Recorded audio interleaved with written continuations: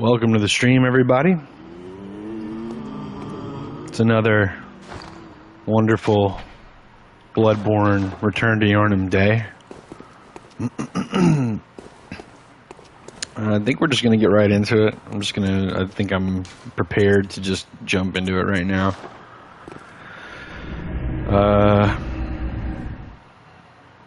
Yeah. If anybody can tell me, I'm going to go ahead and say that I don't think it's working, but I tried to include a sub goal thing. Is there any indication of some kind of maybe a sub goal on the screen or in the chat that it alert you to a sub goal at all?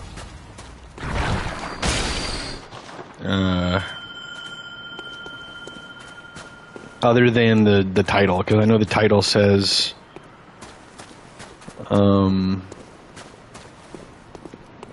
Dark Souls 2 at 20 subs. After all this time of not streaming since I got affiliate 7 years ago or whenever that happened, I kind of forgot how to do things on Twitch. So if I'm not an affiliate, I wouldn't have access to the sub number and sub points that I could possibly have. I wouldn't be able to see it because it wouldn't be possible for anyone to sub to me. But I went looking, and it turns out I can see the stuff, unless the year-old video that I watched is not up to date anymore.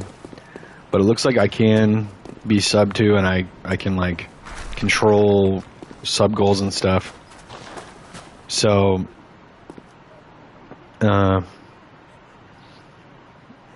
that's all possible, I guess. I don't know if I have donations set up. I've gotten donations before, but it's been so long that there's a chance that I don't have them set up correctly anymore, or at all.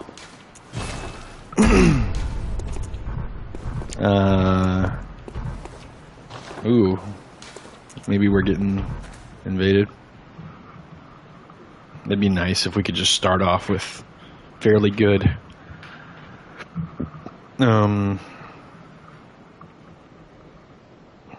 activity. Oh, excuse me, I'm having so much, I don't know, indigestion or something. It's because I just started drinking coffee. But I waited 45 minutes for my heartburn medication to kick in, so shouldn't be... okay. It didn't connect. Oh well. The more I wear this fit, the more that I fucking fall in love with it. I don't know, I just love the way this guy looks.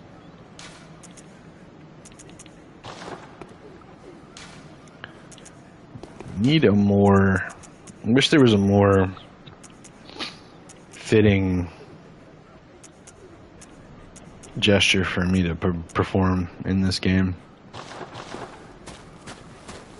I need Rapture from Elden Ring.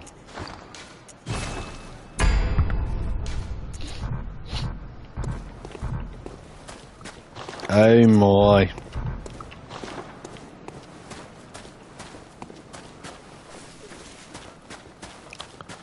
I always feel like the bell ringing woman can't be ringing because I don't hear it.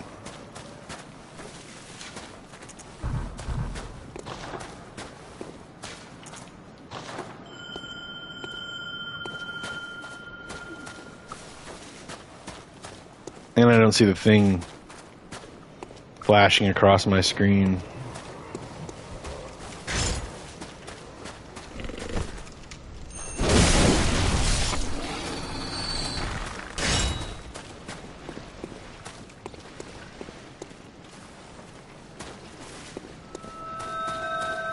Yeah, she's here.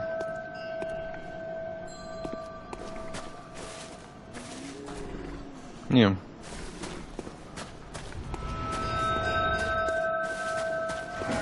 What are you?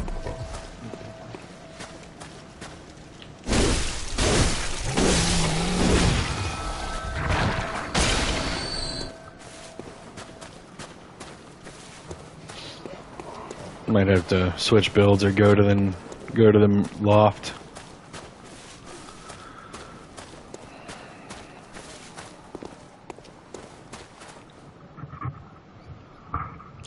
Excuse me.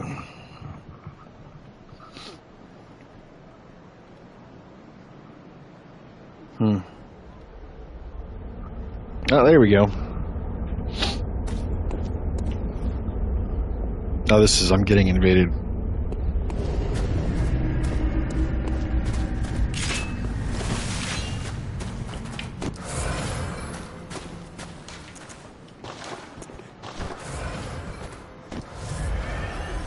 All right.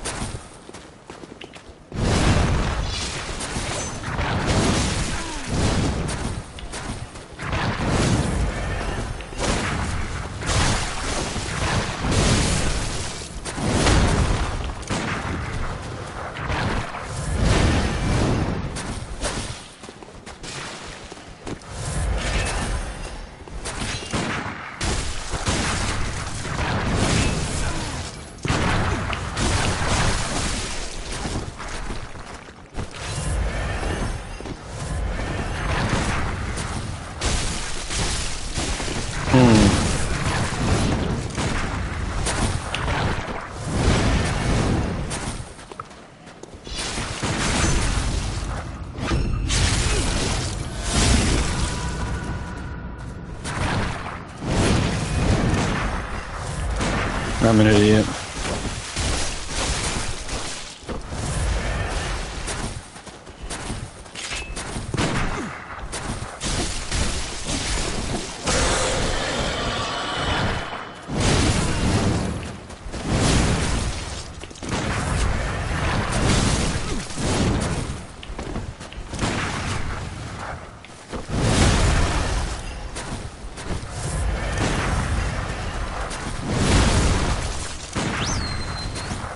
Nope.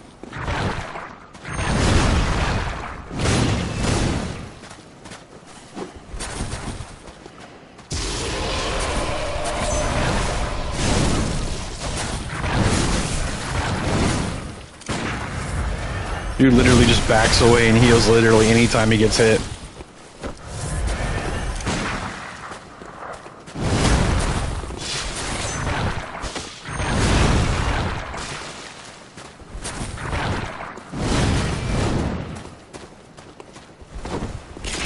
Kind of a baby back bitch, bro.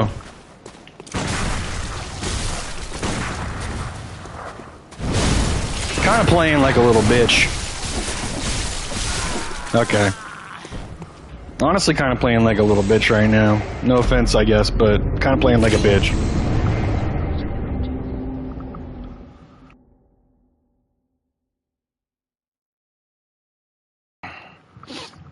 Whatever, though, I guess.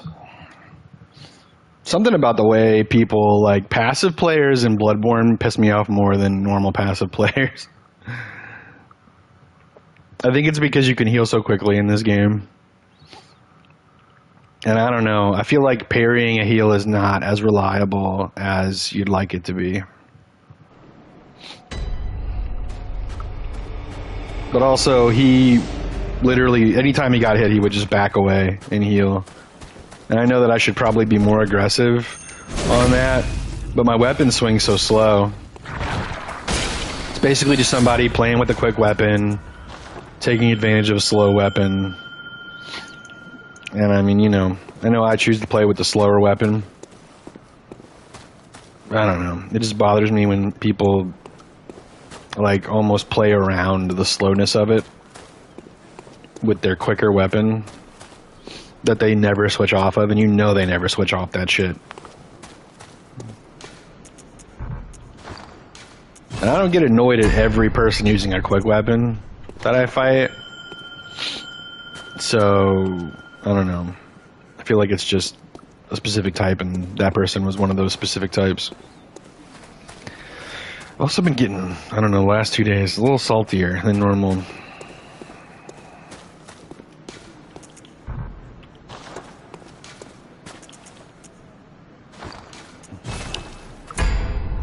I feel like I've just been running into, like, fairly lame-ass players lately.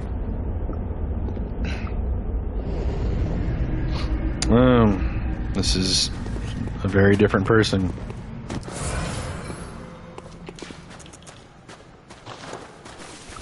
Great. Cool. Yep, that was amazing. Let me go ahead and fucking.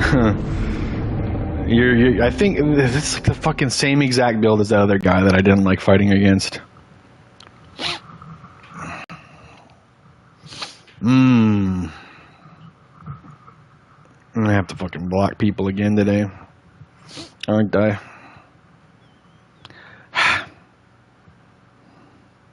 How is that fun?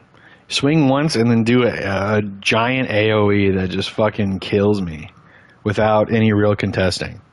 How boring is that, dude? How absolutely, like, disgustingly boring of that person.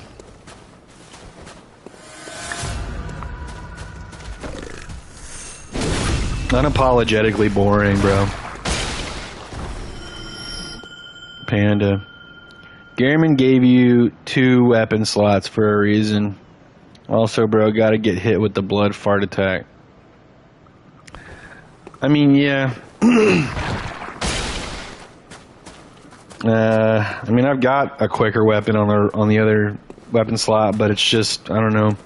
I don't like switching weapons when I'm playing a certain character. It's just part of my playstyle. I play as I build a character around a theme. Make it fast. Yeah, I'll recode the game, Panda. I'll become a hacker man, dangerous, spooky hacker man, and recode the weapon so that it's faster. Oh my God! Why does it not unlock the guy and change the trajectory? I do that. I do unlock, but you know. What's up, Chai? Yeah, welcome back. It's going fine. Today, the day has been fine. It's, you know, the second day after Duskblood's announcement, which, you know, one of my favorite things to do when a cool new thing gets announced, especially a From Software game. I also used to enjoy watching Smash Brother characters get announced. And what I would do is what I do, and I'm sure other people do this. It's probably not just a thing that I do because people upload their reactions to stuff a lot. So I think it might be, you know, kind of a thing that gets a lot of views anyway. But I really like watching people put it together, like react and put together that, oh, this is a From Software game. And it's funny how many people, like, before the From Software logo flashes on the Duskbloods trailer, how many people are watching that opening scene and they'll be like, Bloodborne 2? Like, as a joke. Because, you know, for so many years people have been begging for Bloodborne 2 to become a thing, and it hasn't. So people are so used to being let down that it's definitely a joke, you know, at this point. But then wait a second, From Software flashes. Oh my God, that looked like a Ligarius wheel, and they were talking about the blood and the moon. And then, oh my God, there's a clock tower and pointy Gothic Victorian roofs. And the music sounds like Bloodborne music, and before you know it, this really is Bloodborne 2. But it's also, like, different. And wait, Sony owns that IP. So how are they, you know, how do they have this game and then they, Duskbloods 2? Cool. Cool.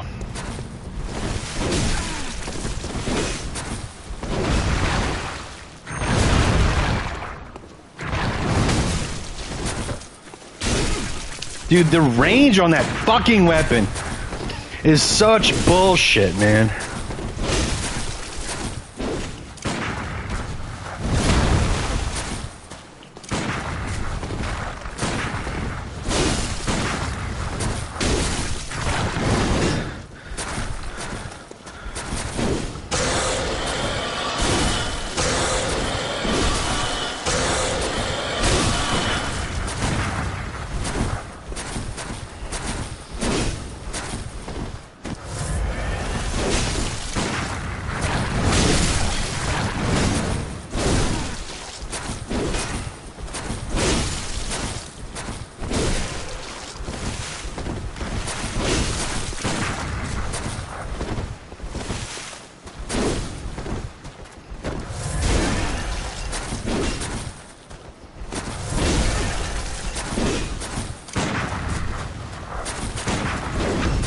bitch.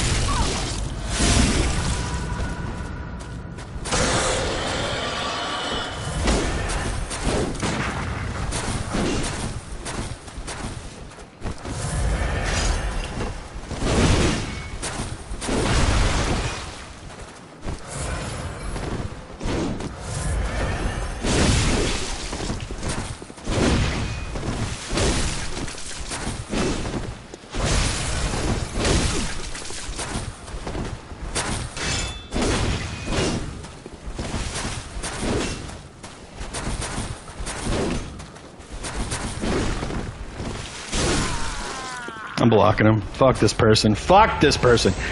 It's personal, bro. I don't like you. I don't like you or anybody else who uses that fucking weapon the way that you use it. Fuck you. I don't care. Fuck you.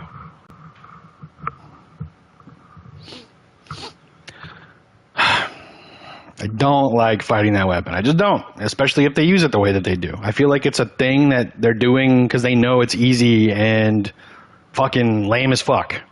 Especially the way that they fucking chase you down the way that they do. I don't care. I don't care. I don't care. I don't give a fuck. Rot in your playerless frontier with no one to fight because no one likes fucking fighting you because you're fucking unapologetically boring as fuck.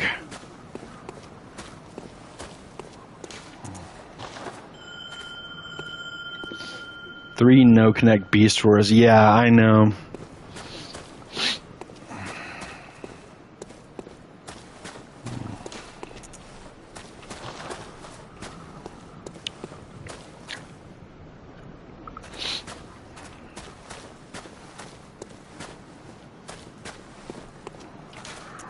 Rot.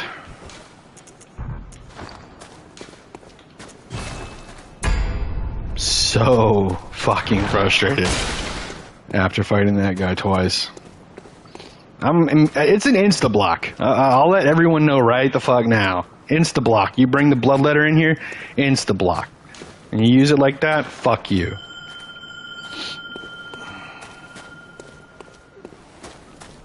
Eternal insta block.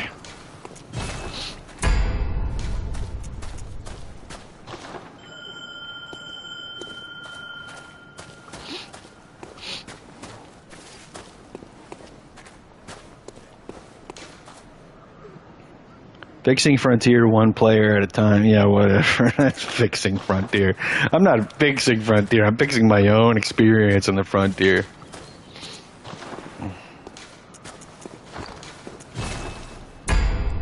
See, this is why I need to block people. If I don't like fighting them, this is why I need to block people. Because I get like this. I'm typically very cool about things, I feel like. I don't get mad easily. I will admit the last two streams have been pretty fucking testy, but I think that's because of the lack of player base. I think if I had more variety, I would be much cooler about how things are right now. Because in Elden Ring, I don't get like this.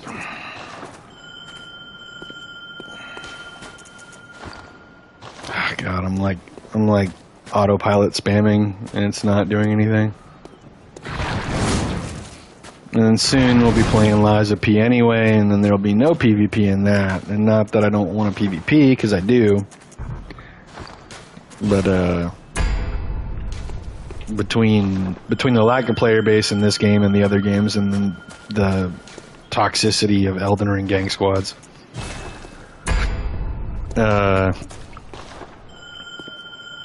I think I just need to stay away from PvP until, you know, I've had a long break from Elden Ring. This break that I've had is not long enough. Still kind of dreading the idea of going back to Elden Ring, I'm not gonna lie.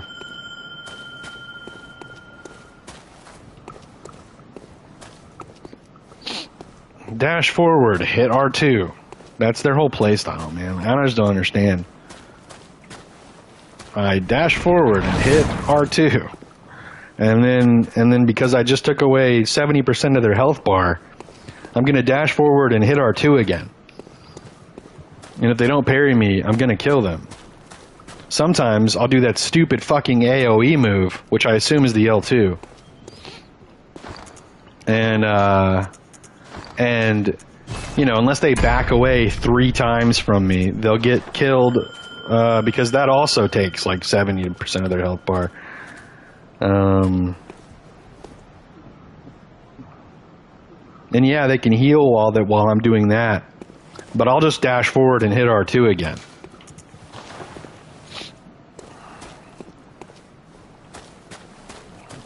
They better parry me, and they better parry me like 2 or 3 times in a row in order to win.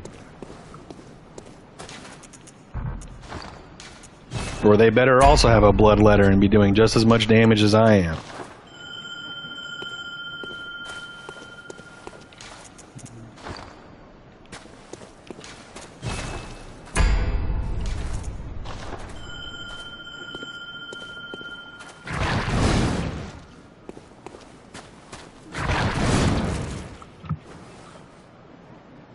So frustrating, dude.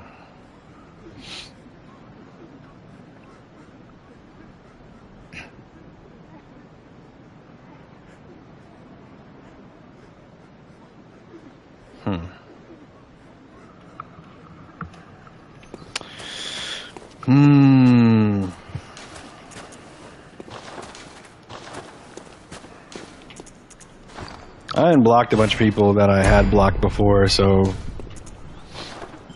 this isn't due to me having people blocked other than that one guy today.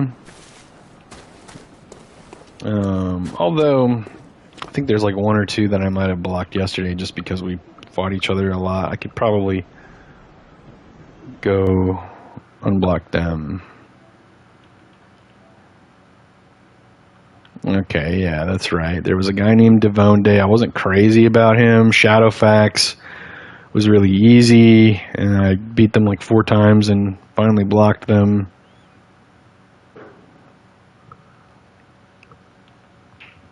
Lincoln Park was kind of annoying to fight. Fine, we'll unblock. I think Ring-a-Bell was kind of annoying. I can't remember if Ring-a-Bell was annoying.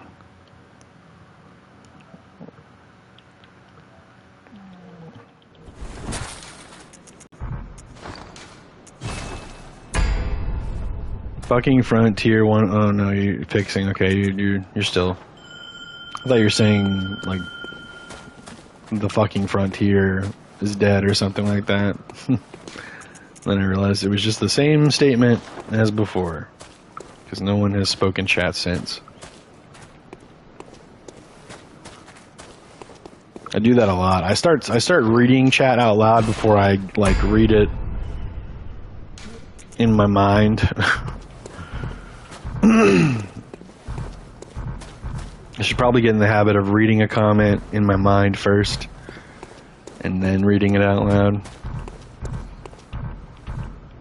I think it's because I don't have enough people in chat for chat to be like constantly moving or updating.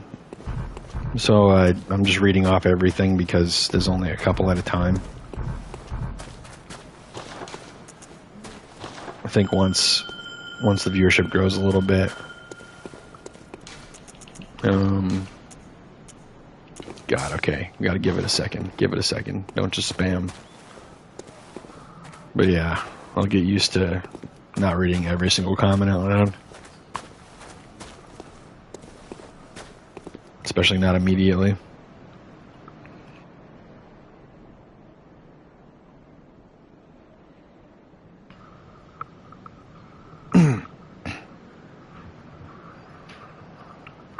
Oh man. Duskbloods.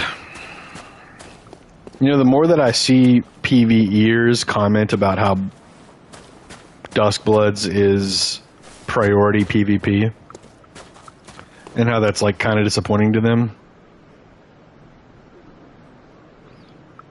the more that I want PvEers to be mad about it, and the more that I'm like, just give it a chance. Just come die a couple times, and like, you know, release your fear. Release yourself from the fear of invasions. Because that's what most people are so just afraid of the idea of engaging with another player. Because I remember how it was before I engaged with invasions. I remember being like, oh God, I might get invaded. You know, and then what? They'll like, it's almost like for dying to an invader is like 10 times the penalty of dying to an enemy in the game. Alright. I saw your comment, Panda. I'll,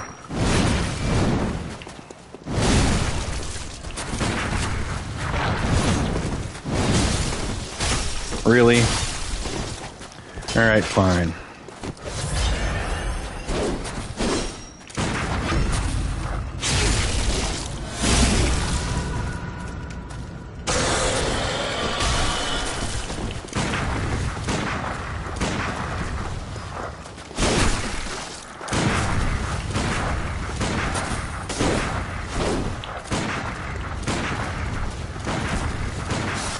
Okay, yeah.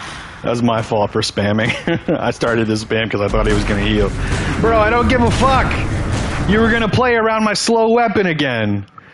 You were going to... It's what everybody in this fucking game does, man. They see great weapon or, like, heavy weapon, and they're like, I'll just wait for him to swing. I'll just wait for the guy to swing. Yuck. I'll just wait for the guy to fucking swing. If he just swings... Anyway, you get a lot of really annoying people at Frontier this time of the day. Literally every other match is going to be against a bloodletter, and it doesn't help that they've been playing the game for years and know all the PvP tech and how the weapons work with each other. I lost my place in the fucking paragraph. Which attacks punish and which that aren't even worth doing. Yeah, I mean, I'm just hitting the fucking R1 on this character, man. I will say I should probably remember to do trick, like switch my weapon between base and trick and weave the combos. That's one thing I'm not used to doing, that I'm still like grasping, is, you know, swinging and then following up with an L1 or, sorry, even doing this and then switching, you know, because that could change up the timing and stuff. Yeah, that person, I thought they were going to heal, and so I started kind of spamming gun to try and heal parry. Because, in my experience, heal parries are really inconsistent. There's, like, almost not really... I think it's because of how quickly people heal in these, like how quickly you can heal. My brain just doesn't react fast enough because it's just not used to the speed of healing in this game, so I'm like having that struggle. It's a Bloodborne thing. You said, I'm telling you, if your weapon is slow, unlock from the player and use the left stick to change where your attack is going. I know about that. I know how to do it. It's just, I'm not used to having to do it as much.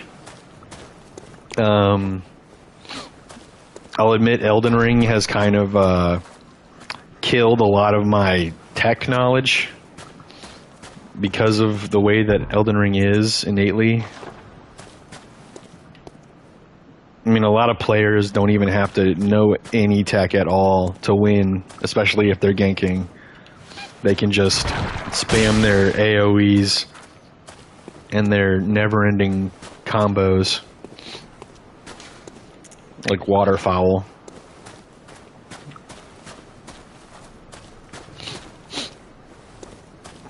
If you get caught in waterfowl, you're just dead. Like, I still have not been able to really find a way to get out of waterfowl. Now, if I know they have the katana and I prepare like for waterfowl as a possibility, then obviously I can just hit them with something while they're doing it. Knock them out of it, or maybe even kill them while they're doing it, which is satisfying as fuck. But the fact that you can't roll out of waterfowl fast enough before the second part of the Ash of War starts up bothers me.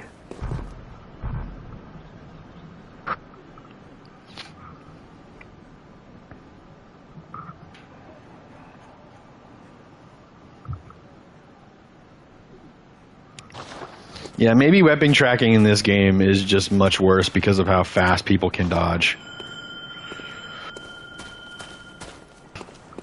And I'm so used to regular Dark Souls 3 or Elden Ring or Dark Souls 1 Remastered rolls that the whole dashing thing is hard for my brain to keep up with sometimes.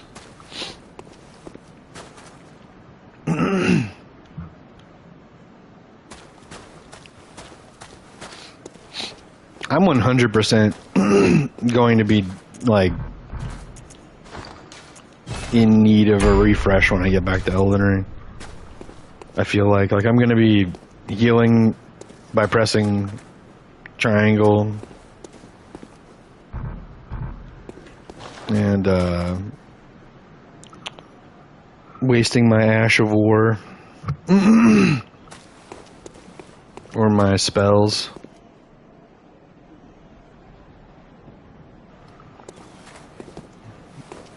Oh, and I'm going to forget entirely that I can jump, probably, because I'm so used to not being able to jump now.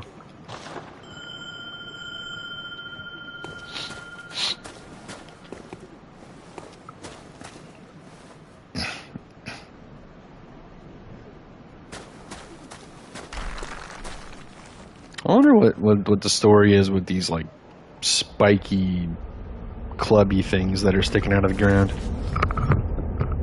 Alright, who is it?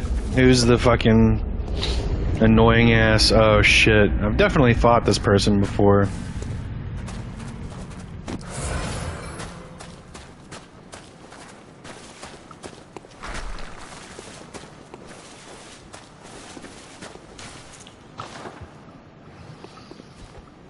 I recognize their gamer tag.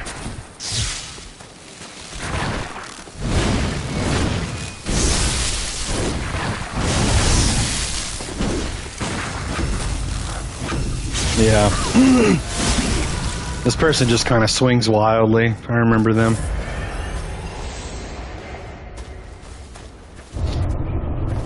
They probably wish I wouldn't parry. They're probably still stuck in that mindset of like, they'd rather just have like a regular sword fight and not include parries. I could see it. I'm pretty sure back in the old Dark Souls 1 days before Dark Souls 2 released and stuff, there were people in Dark Souls 1 that thought parrying was overpowered and cheap. And Lord forbid you use the Hornet Ring.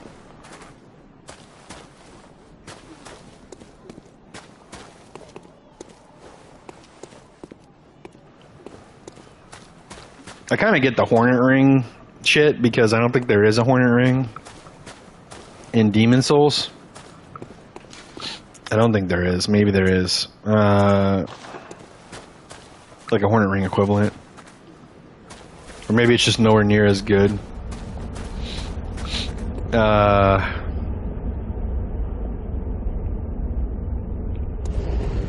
Oh, it's them again.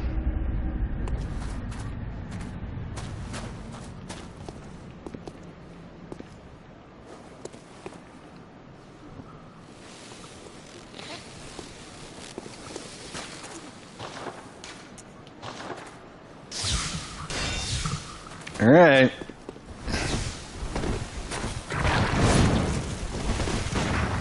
Nope.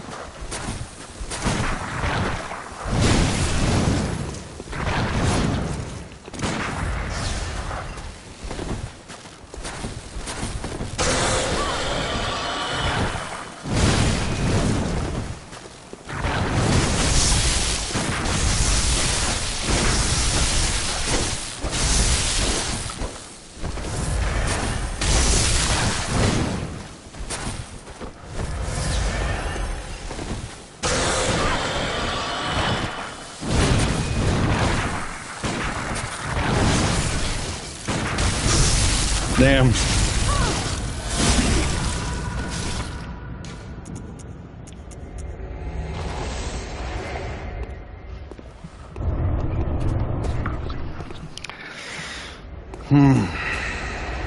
It's pretty wild.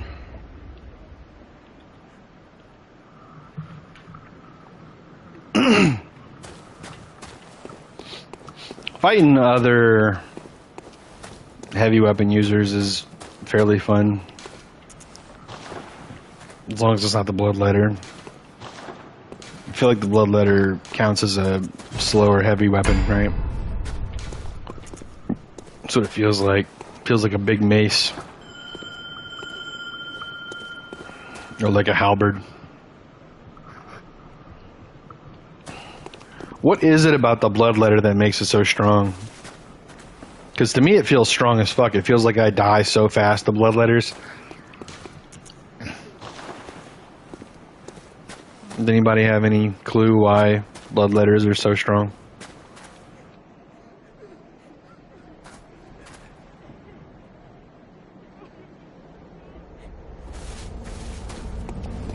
Resonates with another. It better not fucking be this dude again. I don't know how long I can beat this guy for.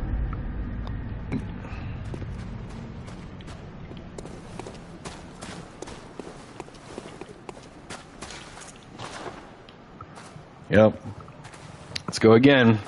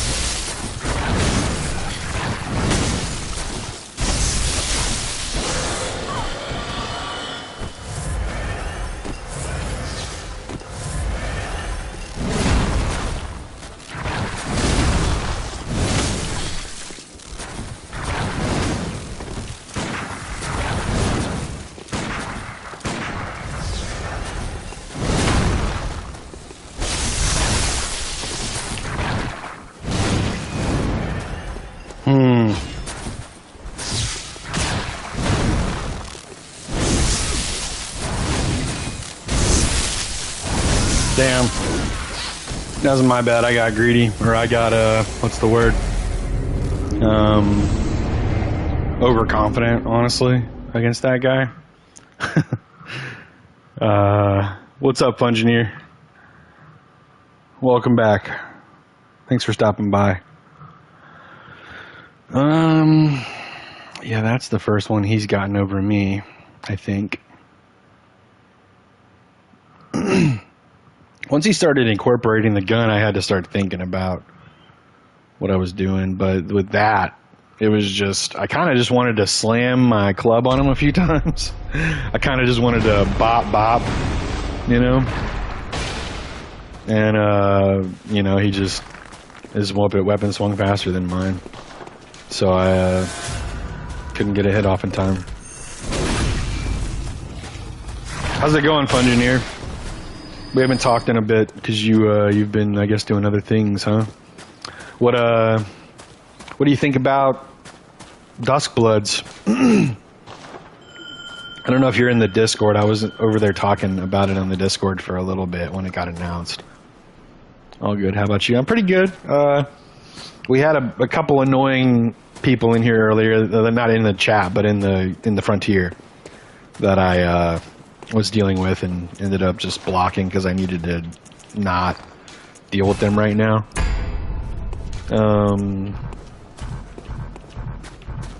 Bloodletting guy really don't like fighting the Bloodletter.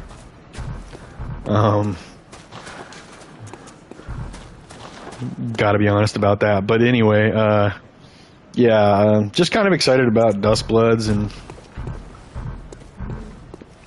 curious what everybody else's opinions are, especially people that have been playing this game for a long time. Couldn't care less until I see more.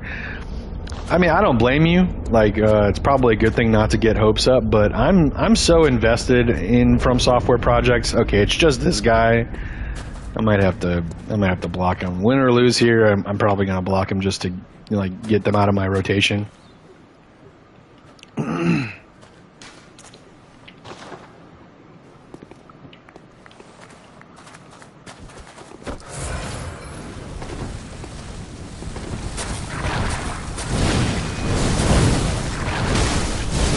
Jesus Christ.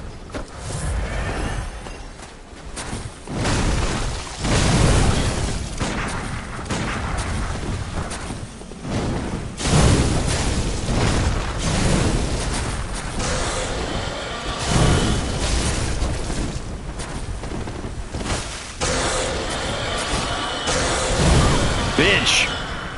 All right, fine. Alright, yeah, GG's, but we got to get you out of that rotation, bucko. So you're blocked for at least another stream or so. Probably. Yeah. It's slow enough here that, hopping on my Bloodletter character. Yeah, I mean... if you do that, I'll let you have your fun for a match or two, but I'm gonna have to add you to that rotation list after a couple matches.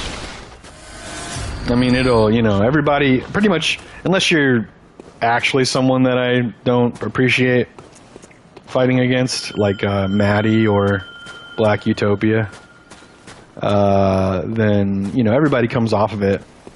I had to put Ryokyo on it just because we were in the same place and I didn't want to make them feel like they couldn't be here. So I just put them on it for a couple days and then they're off of it now. So it's never a personal thing. Usually it's like 99% of the time. Never personal. It's just literally to get people out of the rotation, because the community just is not wide enough right now. But anyway, cheap viewers, welcome. Fucking bots, man. Anyway, I'll try Murgos in a second, though. But anyway, as I was saying, I've got so much faith in From Software that anything they announced that is remotely Soulsborne, I'm going to be super down for, super excited. Complete faith in them to make it something that I'll enjoy. I think there's like that one game, Duressine, and then Armored Core, that obviously I didn't really care about because they weren't Souls-like games. So I didn't pay any attention to them, but anything that's remotely Soulsborne from Software is immediately a thing that I'm super hyped about, for sure. And as a PvP enthusiast, hearing that it's a 8-way PvPvE makes me really excited. I don't know anything about Escape from Tarkov or whatever it's called, but apparently Miyazaki's taking inspiration from Tarkov.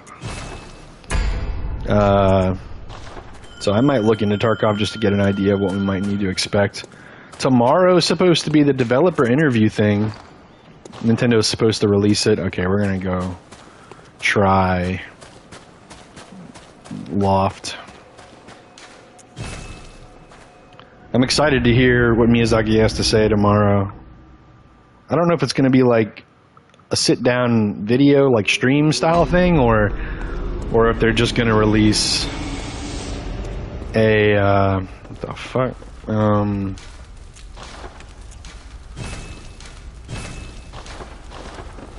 And they're just gonna release like a document from the interview where they recorded everything that was said and put it on paper.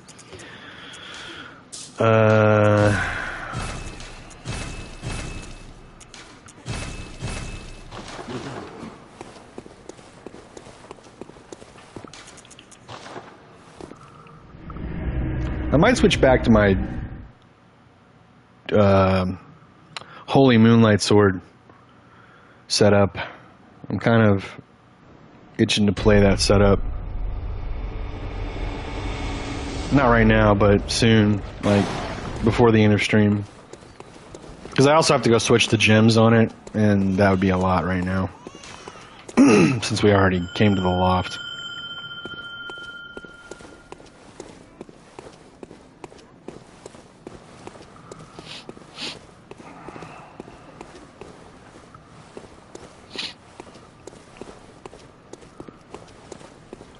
Hey, no one from the beginning of stream answered. I don't know if anyone was here to hear that or not. I thought there were some people. It said I had a couple viewers, so I thought maybe someone would pop in and say something. Is there anything on screen right now, like a bar? It doesn't show up on my end when I look at it, and I don't know if that's just because I'm the streamer or not. But there's supposed to be an overlay bar that has my sub count on it. And it's supposed to say Dark Souls 2.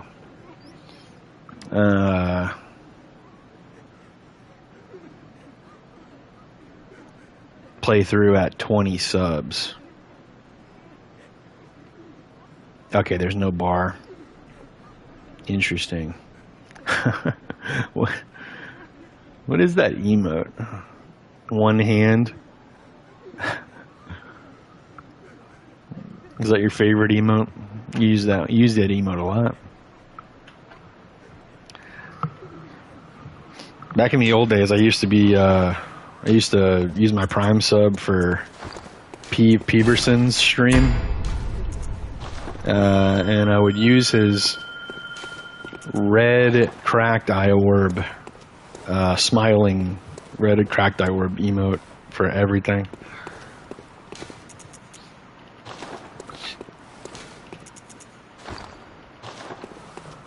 Okay, states your sub goal below stream, but nothing on actual stream itself.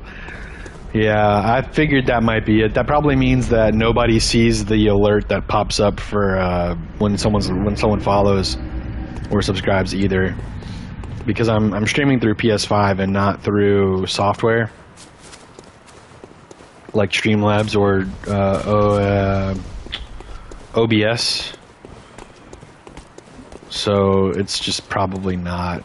Like I thought it was, because it'll alert me. It'll play the alert for me because I have Streamlabs up right now. And that's how I'll be notified if someone follows or subs. And I'll be able to thank them, but it's just not, you know.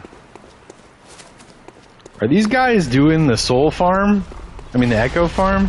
I don't think they are. I think they just ran past this.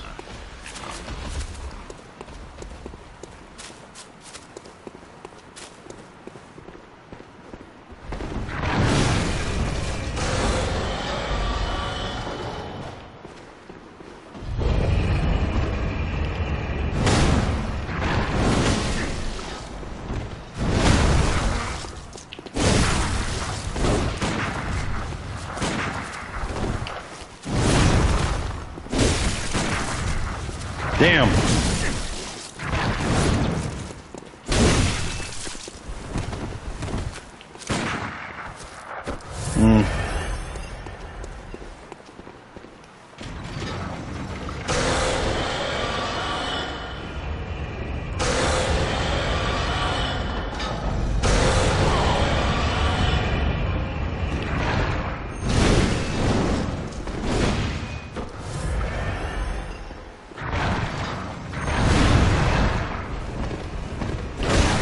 Jesus Christ.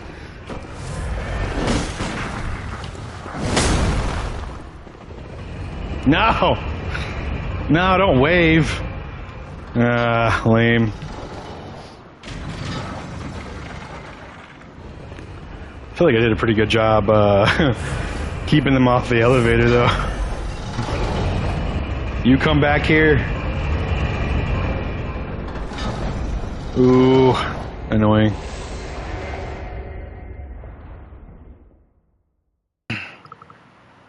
Yeah, I know. Wave goodbye. I think they're running away from the scarier invader. Yeah. See, that's the funny thing, though. They didn't die to me. I didn't kill them. Oh, I gotta jump. We wasted lots of bullets.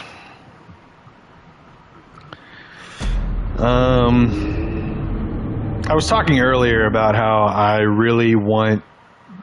I love how mad some of the PvE only people are getting over Duskbloods being priority PvP. Especially because, you know, there's a lot of people that only play PvE that love Bloodborne. And as a PvP enthusiast, and someone who likes to kind of, not gonna lie, I kind of like tormenting salty PvEers. Where? Okay, right here.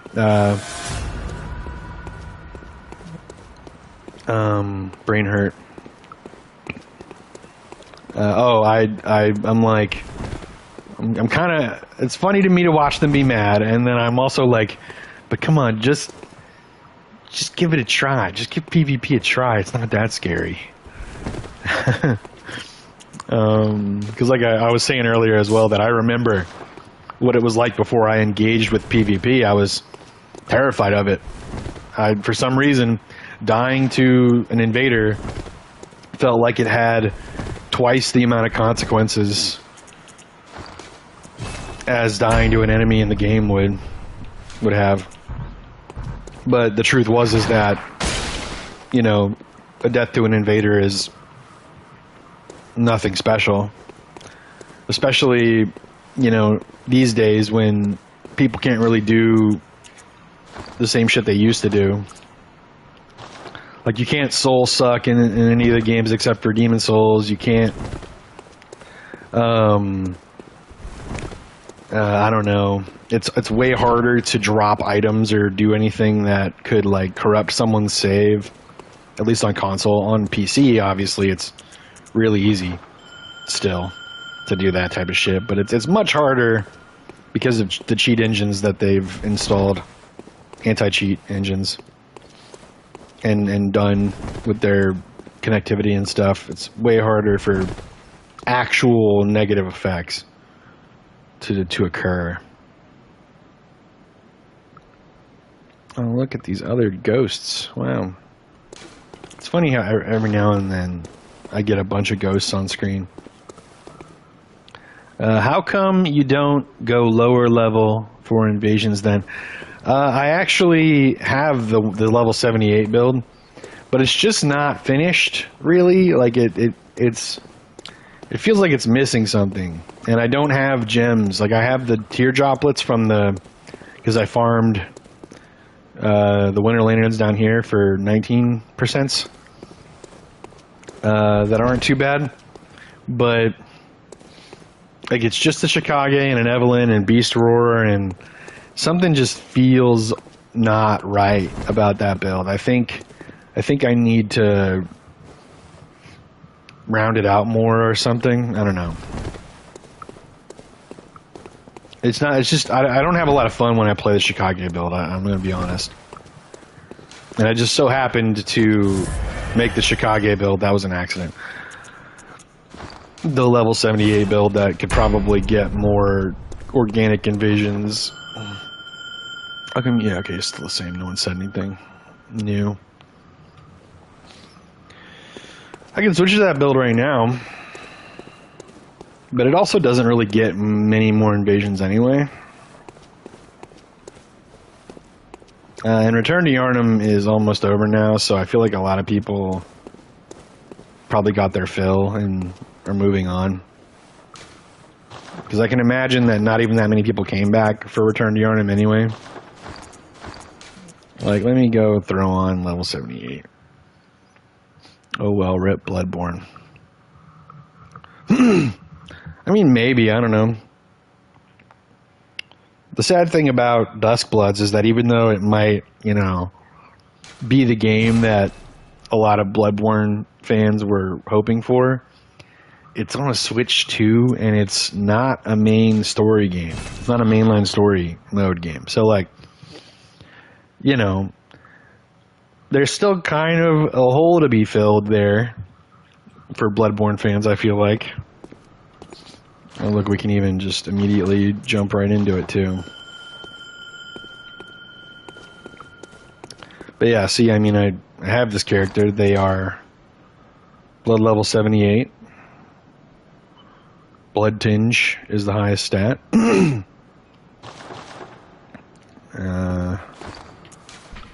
These are the gems that I have. Like I said, they're, well, I guess I did get some non-droplet gems in the Chalice dungeons right before Return to Yharnam started. But for a good while, I only had droplet gems. As you can see, one of them is still one of the droplets. And one of them is a weapon durability down, which I do not prefer.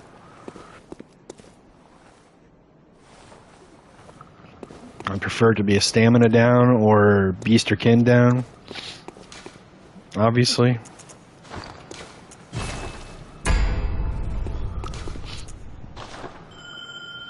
Since you still match up with meta... Oh, 78 is a bad level, though. Yeah.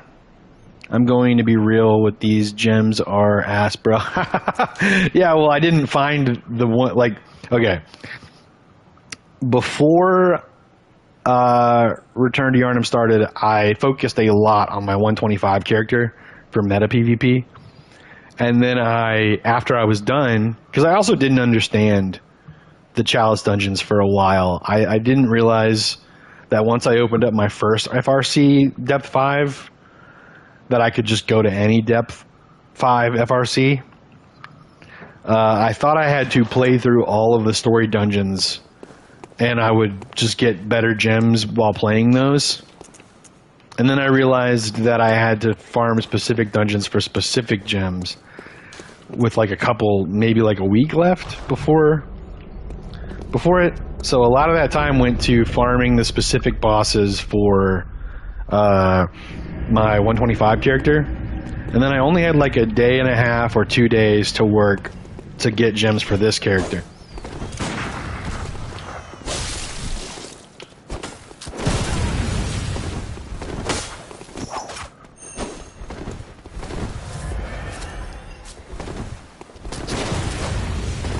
Jesus, the fucking range on this weapon.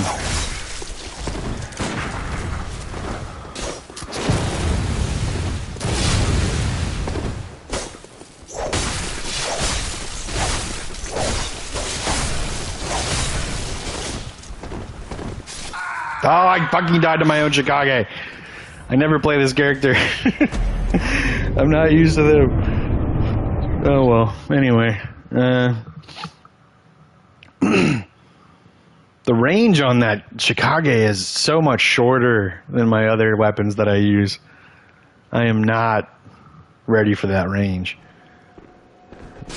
I'm gonna have to fucking consider the lack of range on my next invasion. See, I think that's part of why I don't like the Chicago build right now, is because I'm used to the range of my other 2 weapons that I use, my main weapons. And this thing just does not have that range. And also because I don't have the gems, I'm not doing like a great amount of damage unless I'm unzipping the Chicago. Pretty much. Like my big hitter is unzipping R1. I think is unzipping is what you call it, right? That's what the terminology is for Chicago.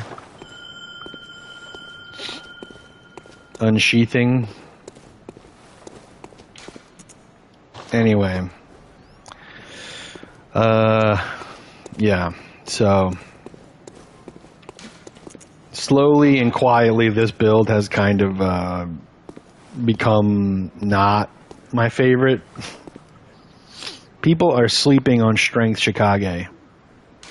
Are you for real? Is that a thing? Why would that be a thing?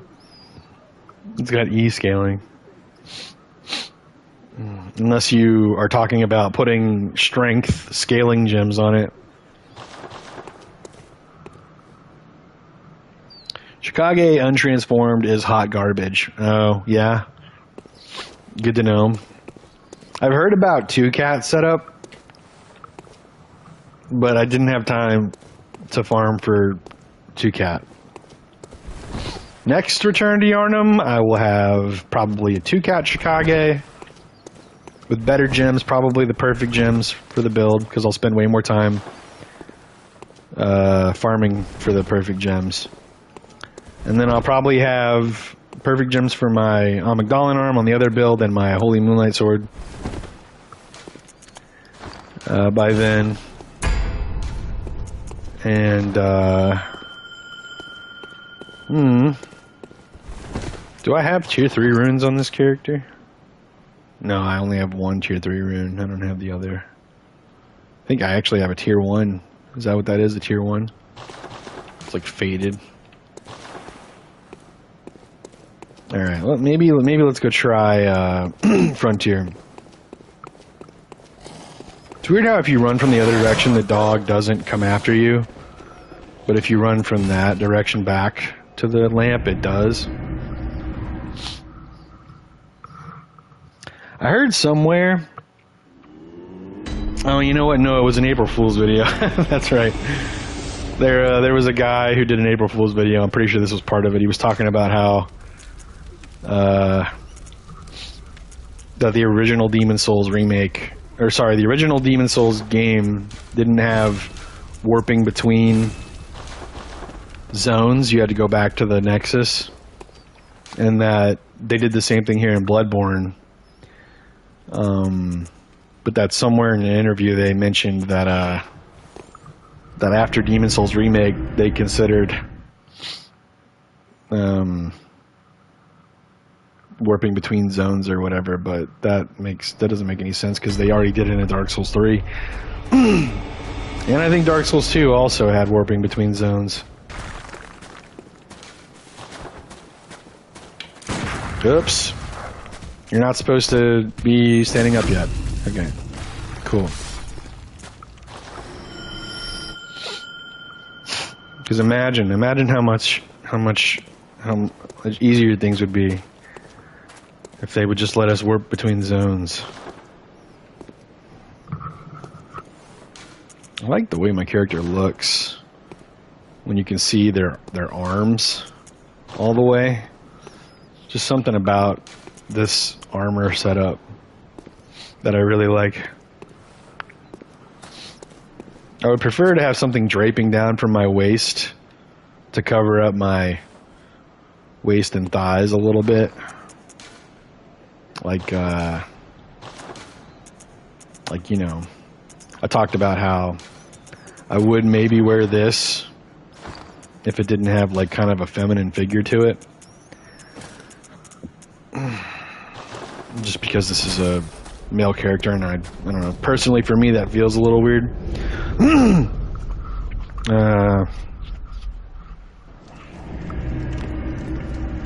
Look, I'm intending to play as a man, so I prefer to have not that much curve going on, you know. What the fuck? Okay, I'm invading brain mind set. Brain, not brainin', because I'm thinking about fashion.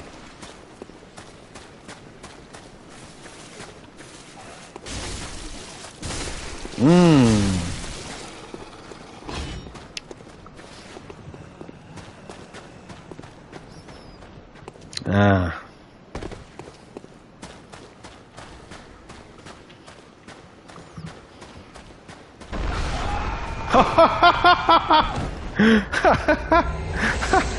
The off-screen boulder one-shot. Oh look, it's an invader. Boom. Death.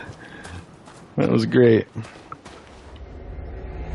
I would have liked to play a little bit more of a role in their death, but that shit was pretty fucking comical.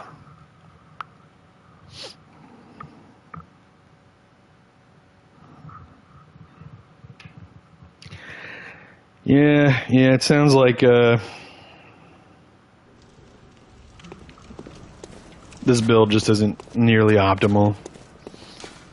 Because you guys were just saying that it links up with 120 still. Or, well, not you guys. Fungineer said that, I think, specifically. See, I didn't mean for it to be this way. I actually intended this build to be a 120 or 125. But it hit me, like, right after I finished my playthrough for this character that I would probably want a character who's close to end game level, which is like, 70 to 80. And without looking up level ranges, I decided that I wanted to be level 78, mainly because I had heard about how good Beast Roar is. So because I wanted Beast Roar on the build, I ended up pushing my stats to blood level 78. Oh my god.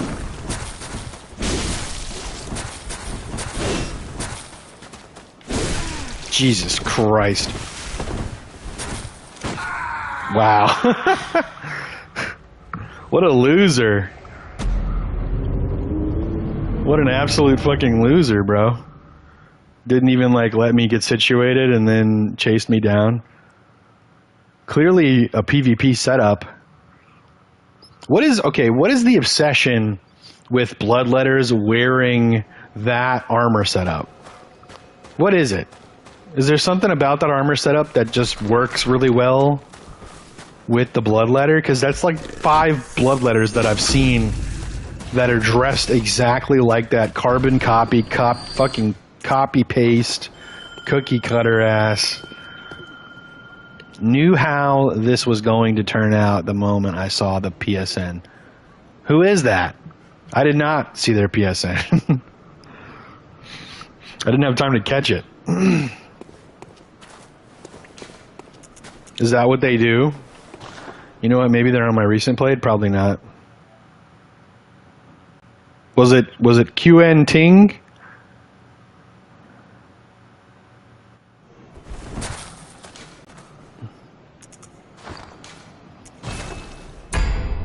Discovered a chime.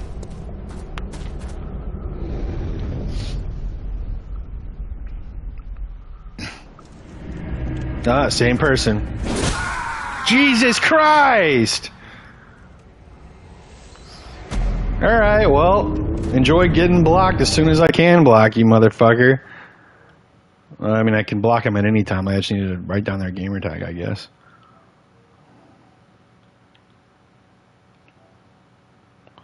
Okay, Ned's Shovka.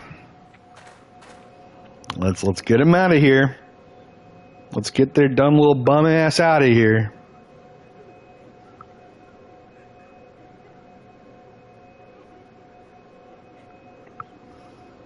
Is that a Y? I think it's a Y. Ned Shoika. Bloodletter is just a powerful weapon, though it can be predictable if they don't have the glitch, since they can't parry in transform mode. The Bloodletter L2 inflicts frenzy buildup on your character, so people tend to go for a setup with high enough frenzy. Resistance not to. Oh, so that setup is good for frenzy resistance then? Hold on, we gotta block that bitch. Wait. Hold on. Fucking brain hurt. Search for players. Okay.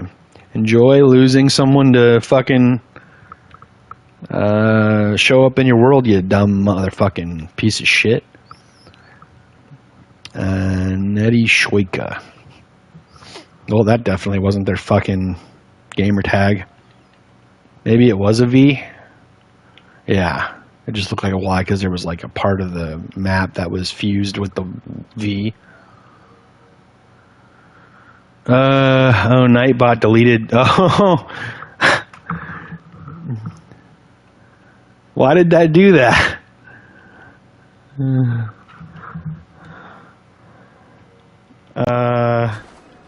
Hey, Blood Moon, are you? Blood's gonna block the whole player base. Blood Moon, you wanna dance? Stop spamming caps. Oh. That's funny. Nightbot needs to get banned. That's very funny. Sets up high, gives just a powerful weapon.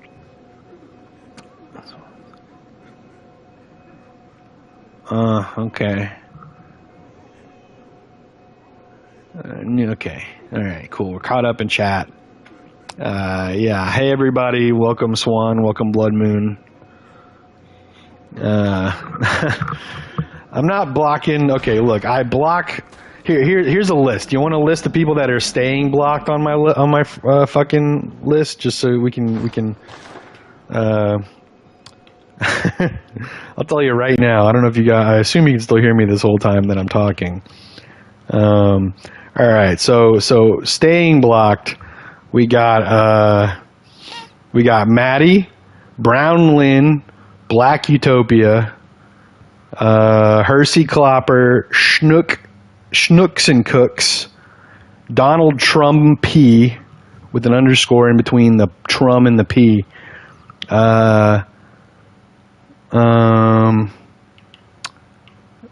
Probably this Quercia motherfucker, because he and this Ned Shovka dude, because they're both Bloodletter players.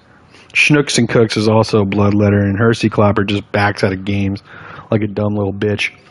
If you're gonna beat him, super motherfucking bitch made to the fucking moon with that motherfucker, dude.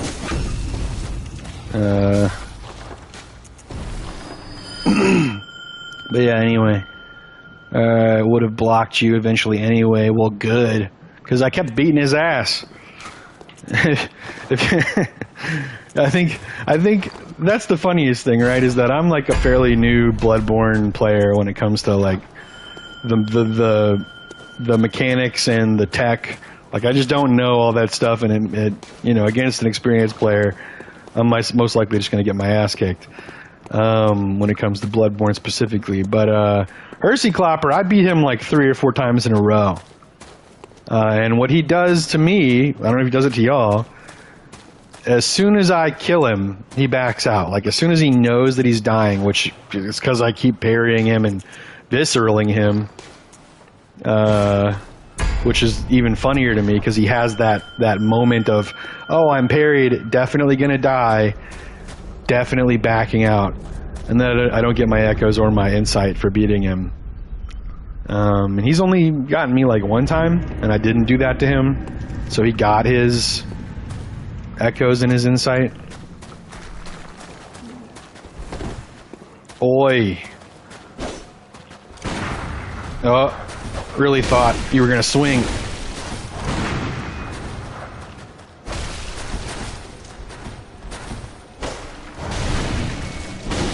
Hello?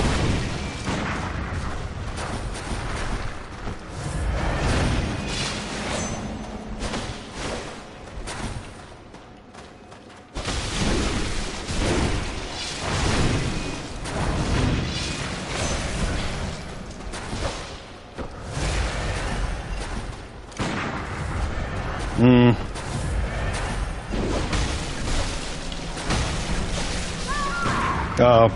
I thought he was going to be one shot. So I fucking shot him. But he was already dead.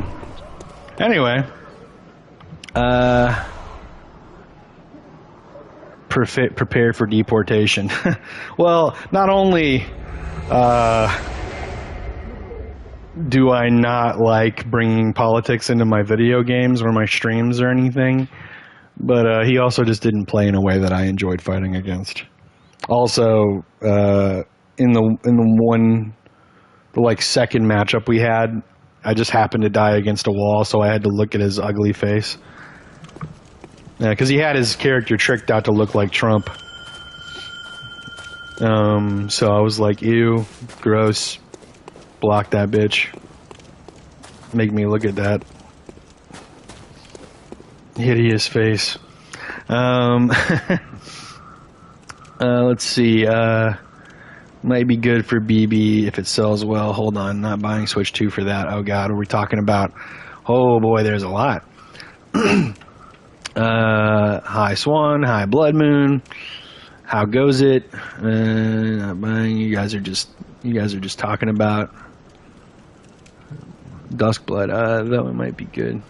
I'm buying a Switch 2 no matter what for that game. One, it's a PvP centric game. I've been wanting a PvP centric From Software game forever, so I'm definitely buying it for that reason alone. But it's also, you know, kind of a spiritual successor to Bloodborne. Another reason to definitely buy a Switch 2 to play that. And then 3, my partner is absolutely going to use the Switch 2 to play other games anyway. She'll probably buy it before Duskblood's releases. So I'll probably already have one by then anyway, just because she's going to want one.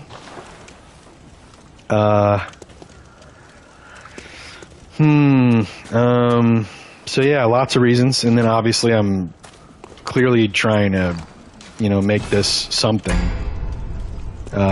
So having new stuff on release helps with that, obviously. Being able to upload videos on release and stuff. Very beneficial for me. But anyway, only a few techs are actually useful in PvP. Yeah, style points just gets you killed more than not. Trust me, I know about style points getting you killed. That's my whole playstyle. Yeah, he DCs on everyone. Good to know. He's a fucking bitch. Anyway, Fizz Kage Elriz. I don't know what any of that means. You can switch weapon when they are low instead of transforming your weapon for faster parry.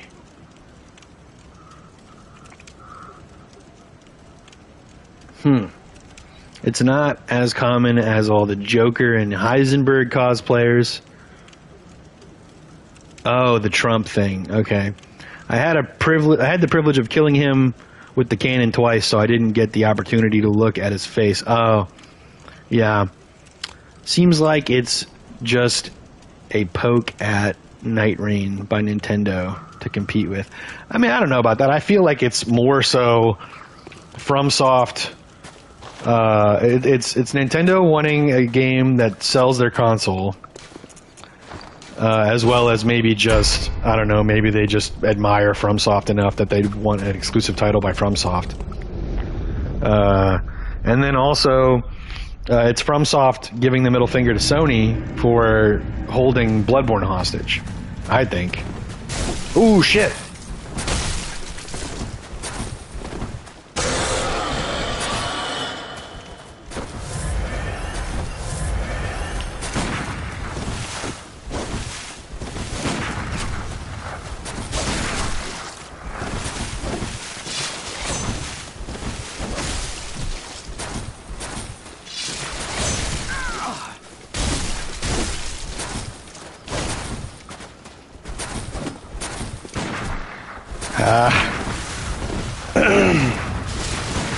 Damn it.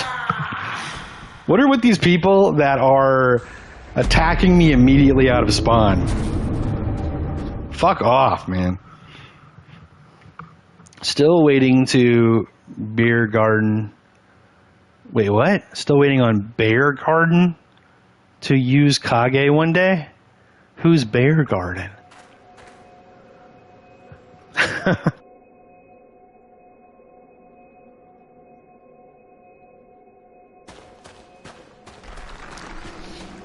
We're gonna jump. I don't want to fucking invade someone with 10 bullets. Bear Garden, the most latent gamer of all time. Huh. Fizz Kage, negative aura, negative social credit. Is that me? Am I Fizz Kage? I'm confused. Or do you mean like someone who has no blood tinge or just base blood tinge? Because I mean, I would have blood tinge gems if I had time to farm them before I've explained this a few times. I don't want to farm during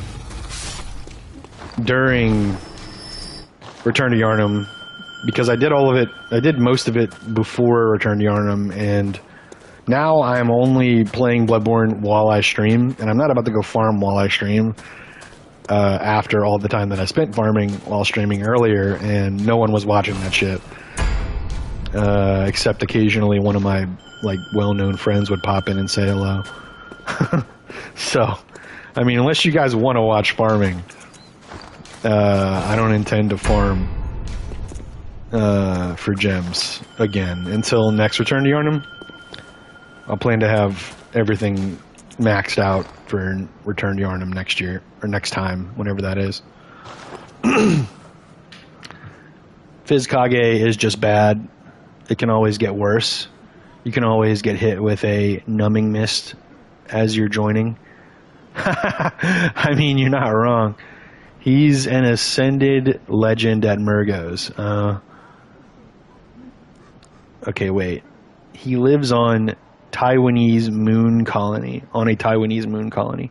Why does it have to be Taiwanese? Wouldn't a moon colony just be a moon colony? Would it not be? It couldn't be a Taiwanese moon colony because Taiwan doesn't exist on the moon.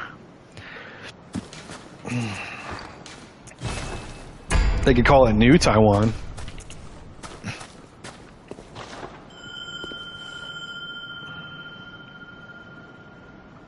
Objectively, is bad objectively unless you have shit net, which gives you plot armor.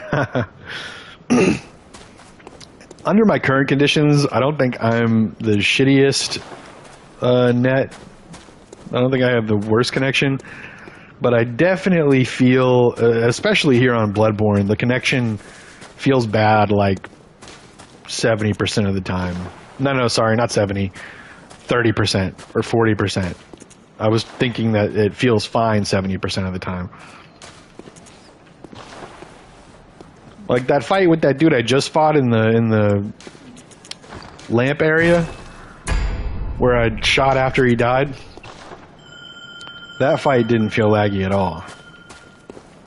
I'm actually so used to there being lag on like some stuff that I didn't realize I was killing him when I killed him. Because my hits were actually connecting the way they're supposed to.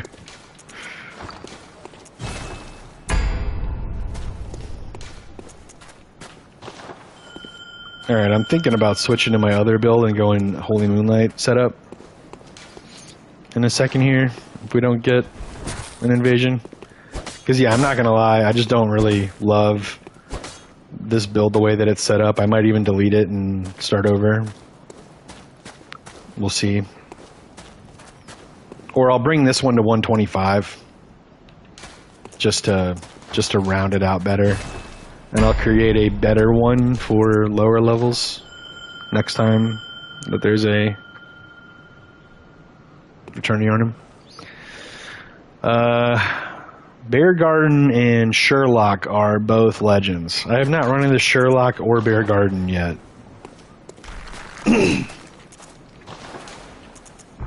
Okay, we're going to switch to the other build. We're not getting invasions right now on this build. Hopefully we can get some on the Holy Moonlight setup.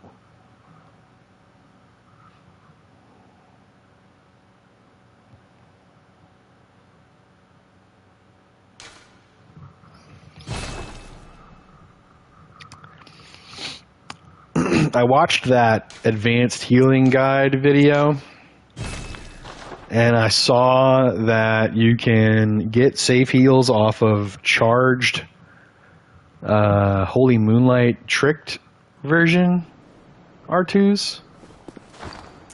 I think that's pretty crazy. Oh, we got to go switch gems too. Right, I forgot about that.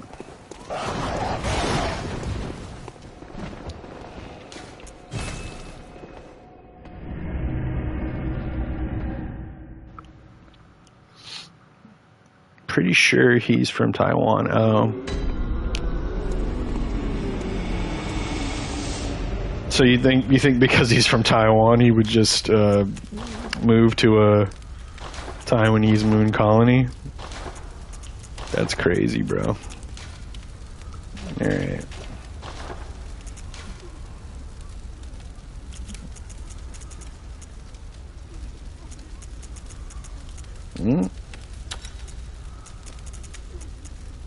For the people that were saying, I think it was Panda, was saying that those gems were ass earlier. What about these gems? You've seen these gems before, haven't you? No, we don't want the weapon durability down if we can avoid it. I swear I have one that's like beasts down or something. Yeah, it's this one that's on the axe. It's stamina cost again.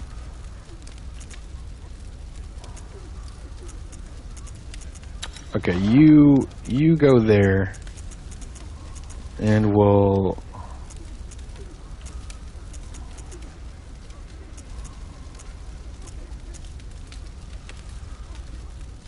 Right, that's the kin hunters.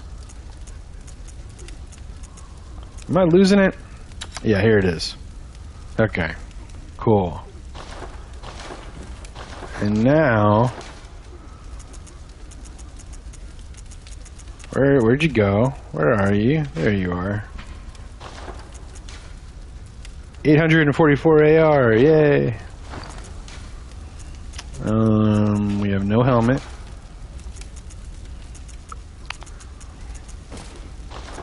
Technically, this character is based off of a prince that turns into a king in one of my D&D campaigns, like a NPC. I considered wearing the crown, but it sits too, like, high above the head for me. Like, I want it to be more, like, around my forehead and not just neatly on top of my head. You know? It's too narrow for me, I think might be the right word. Also, let's make sure this isn't damaged before I just jump in. Okay, cool. Oh, and we gotta switch.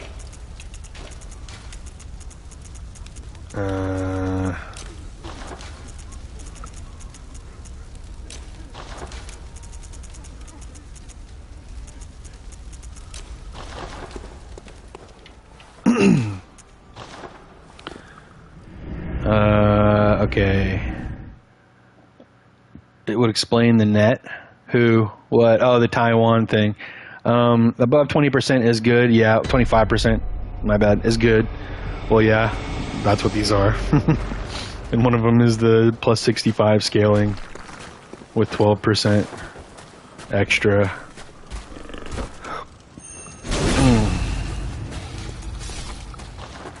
Which I read was good on a list of things on a wiki. Going lower than that is asking for a bad time. Looks like you could use a few more gems, saves time swapping. Yeah, no, you're right about that. And like I said, next Return to Yharnam, 100% gonna have everything gemmed out the way that it needs to be so that I don't have to swap. I'm also pretty sure that it might be better for me to go cold gems for this, right? With my stats the way they set up. Cold gems and rejuvenation or something like that for this setup. I don't know, maybe I'm wrong. I thought since you know, arcane scales well at higher levels and that I only have 47, maybe it would be better if I just stick with physical gems. I don't know. You guys tell me. Sounds like y'all all know what you're talking about when it comes to blood gems. I really want them to bring blood gems back in Duskbloods. I don't think it's going to happen. I think they would have done it in Dark Souls 3 or Elden Ring if they thought it was worth bringing back. I think the Physic Flask is like a more updated, easier to balance version of blood gems. That also that also isn't just applied to one weapon; it's applied to your character instead. And I can imagine that that's probably the future of anything Blood Gem related, is the Physic Flask and the tiers.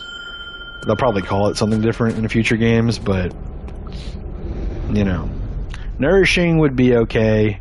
They can't add Blood Gems to Duskblood since it's tied to... Well, they would just call it something different, you know? They could easily just employ a different system with a different name. Like, you could get them a different way. You wouldn't have to farm, you know, Chalice dungeons to get them specifically. And they might even just be things you find in the world, but I wouldn't mind if there was some randomness to it, like how you have to farm the winter lanterns.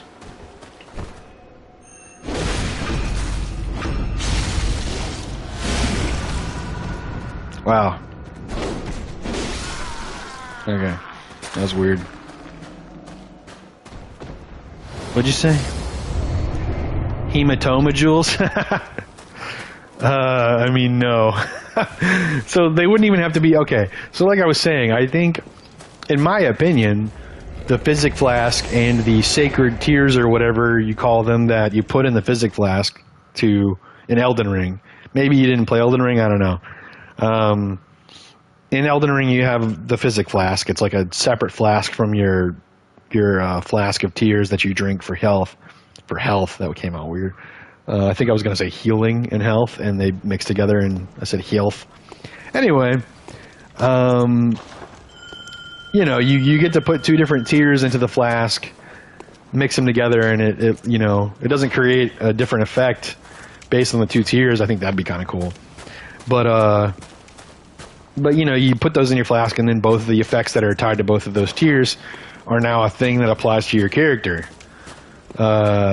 I think that's a new implication of Blood Gems. They just named it something different, made it only base game where you find them, and they're not random, and they're set. They're set. Like you know, you get a specific amount from a specific tier, and then it's over. You don't get anything else after that. There's no farming. There's no, you know, extra balancing needed.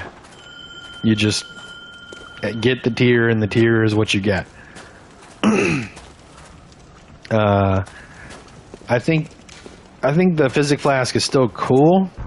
It still adds good variety with the tiers, but I think in the next game, if they do something like that, they need it to be less sanitized, because it's almost like Blood Gems was like this wild and crazy thing they were trying out, and you know, it's probably a little broken and hard to balance. I think it's kind of a balancing nightmare, honestly. It seems. Blood Gems might be a little bit of a balancing nightmare. But tiers for the Physic Flask, the Crystal Tears, that's what they're called. Crystal Tears, not Sacred Tears. The Crystal Tears for the Physic Flask are just a really sanitized, really easy to balance version of Blood Gems. And they don't go on your weapon, they go on your character instead. So, you know, I wouldn't mind if they just do that again, but maybe make it a little more sporadic. Good God, I'm going to have to go to Murgo's in a second here, I think. Oh, no.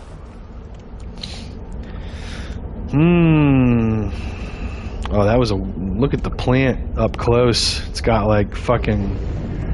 Ooh. Threat girl. Saw, dude. Saw.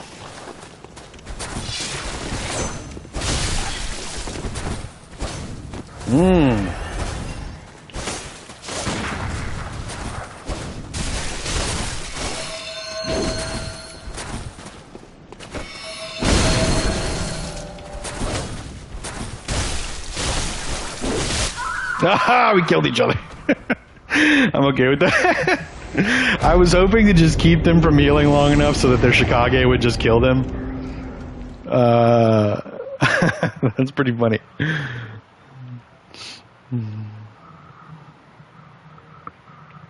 That was one of the more enjoyable invasions I've had so far. I've had some pretty enjoyable ones. Aside from all the shitty, annoying bloodletters and people using really fast weapons that swing way faster than my weapons do.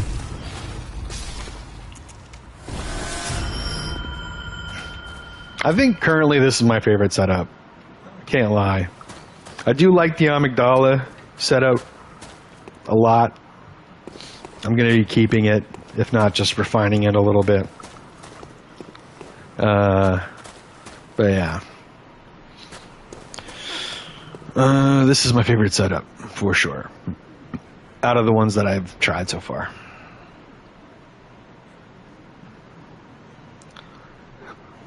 Next return to Yharnam, I promise I will have better stuff.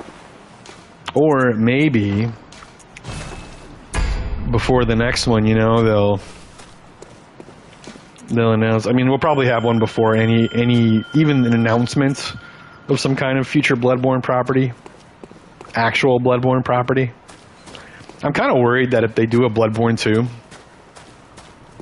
that they won't include blood gems. And if they include anything like blood gems, it'll definitely just be like super sanitized, like crystal tears are in Elden Ring.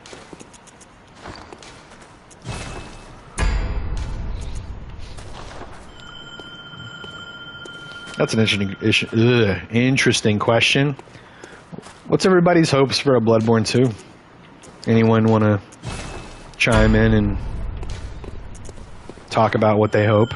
Let's just say hypothetically, in a world where they release a Bloodborne 2, what's like your top 3 things that you hope that they do that they didn't do, or that you think that like absolutely just needs to be improved? More bloodletters. You're so funny, Pungineer. Oh my god. Alright. Real answers only, and answers that aren't only to make the streamer fear a dark future where no one is happy. Asking for more bloodletters is like asking for more famine, or you know, more disease, and like you're basically asking for a second COVID to occur. Let's be real, man. Shit, man, I might ban you. No, I'm just kidding. I'm not gonna do that. Boy. Timeout, maybe. Worst netcode. Real answers only, Panda. I need real answers. I'll tell you what I would have them do. I'll tell you right now. Make the enemy scream less, please. Get the fur under control. Alright? It actually looks like... I mean, in Dark Souls 3 and in Elden Ring and Sekiro, the fur is much better under control on the beast-type enemies. And in... what's it called? Duskbloods. That dude who looks like Blide mixed with the cleric beast. My tongue tied up on that one. His fur looks pretty under control. So hopefully they carry that over into any kind of Bloodborne 2. That would be perfect for me. One of the things. I say bring back blood gems. Make them crazier.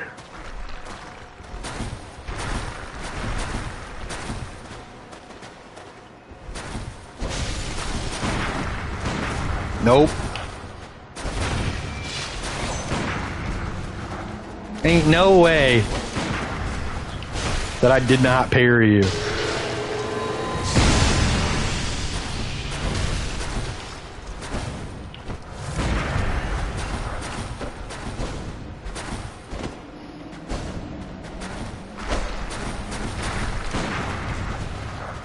Come on! You're playing so scared, you're literally next to your lamp.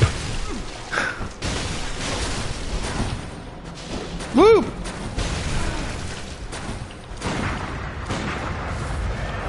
Ain't no way.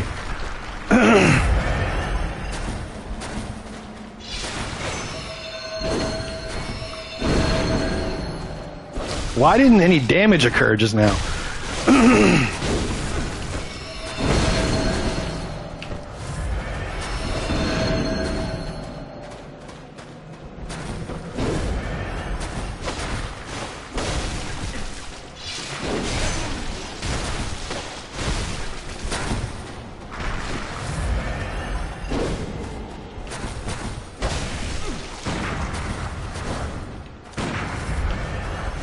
I hate fucking heal parries.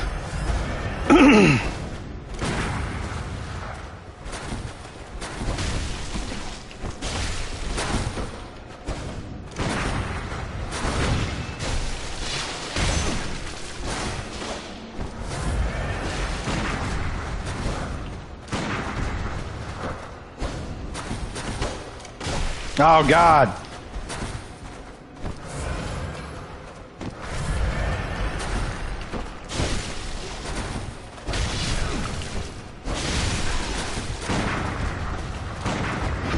There it is. Okay. Jesus, so fucking... alright. Oh my God. This is probably painful for you guys to watch, isn't it? Holy crap.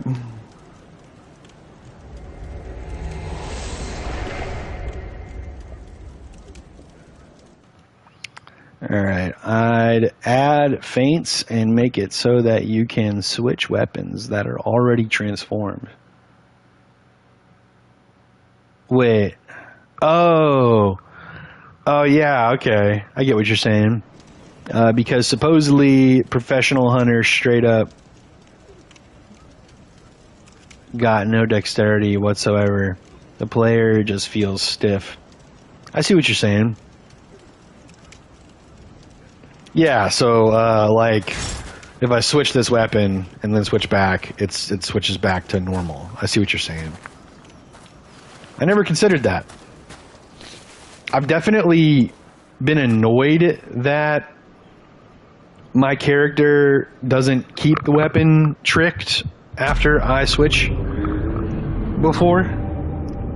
But it's never... because I don't switch weapons often during fighting people. I don't experience that, really. It's mainly when I'm using my amygdala arm. I like the way it looks better in the tricked out version, because the base version is just a club and you hold it by your side like this axe. As where the amygdala arm tricked, you hold it over your shoulder and it's got that cool like scythe looking piece to it. And I'll switch to my axe or whatever to kill this fucker, usually, and then switch back, and it'll be not tricked out anymore, and that bothers me. But I don't experience that in actual PvP matches too often, because you guys know already that I don't switch weapons very often at all. See, Panda gave a real answer. I agree with you on that. I do think switching weapons that are already tricked and keeping them tricked is nice. It would be a nice thing to do. I would like as well, I think, maybe...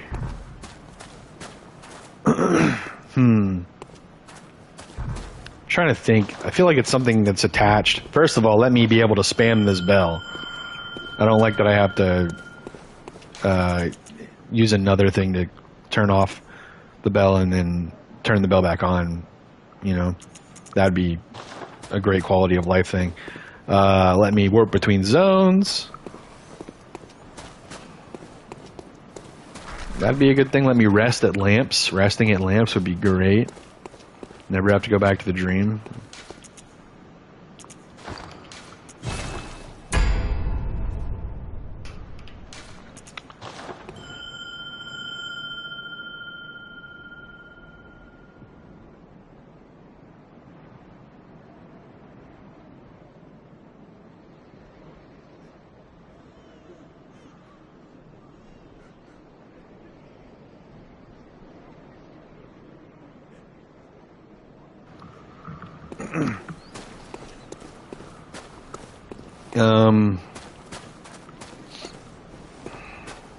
I wouldn't mind Chalice dungeons coming back.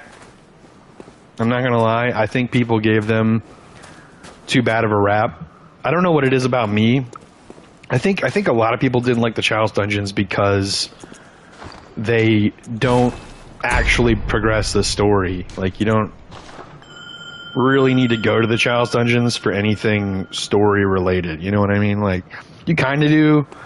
You sort of get story progression. Like, you eventually fight Queen Yharnam, and you know, some of the stuff that the Thumerians have going on is down there that makes them more interesting.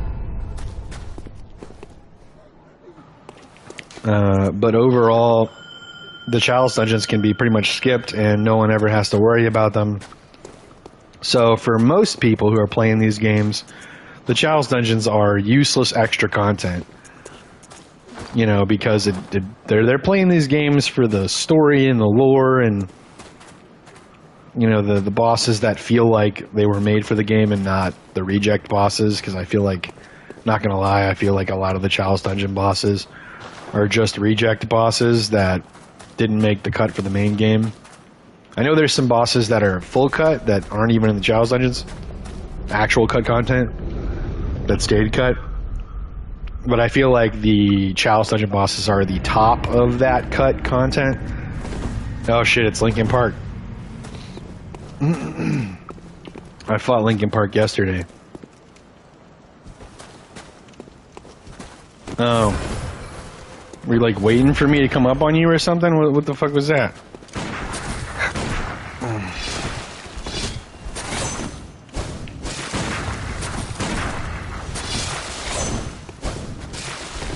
This guy's basically just gonna shoot me twice, try to unzip Chicago on me. Yeah. Alright, this is why I had you blocked. So we might put you back on that list now. That's why I had you blocked. I remember now. It's literally just shoot twice, unzip Chicago. Shoot twice, unzip Chicago. It's not fun. It's boring. I have to wait for them to appear on my damn list again. And yeah, you know what? Maybe I will end up blocking like most of the player base. But it's not my fault. The fucking player base is full of shitters that play the game one single way, and it's like the most lame fucking way possible. To clarify, I'd make it to where you can feint only the R2s if you charge them, and if resonates with another.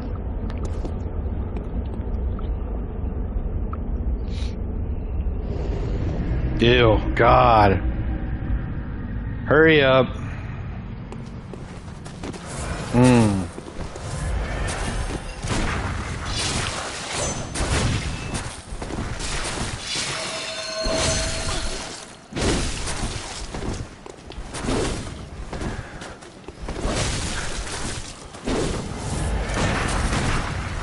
You are so fucking boring, dude.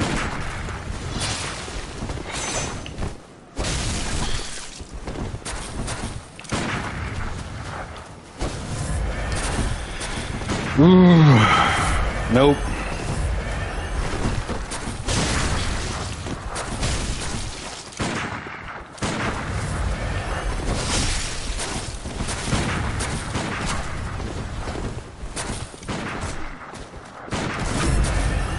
You're so fucking lame, bro. Get off of my shit, bro. Get off of my list. I'm tired of fighting you. I unblocked you earlier so we could get some more activity, and I remembered why I blocked you immediately. I can't wait for him to show up on my fucking list. I have to fucking get his shit manually. Let's get it. Linkin Park 151. Let's get you out of here, buddy. You disgust me. You fucking disgust me.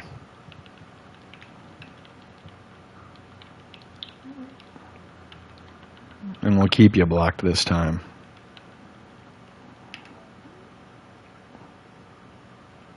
Peace. Peace, motherfucker.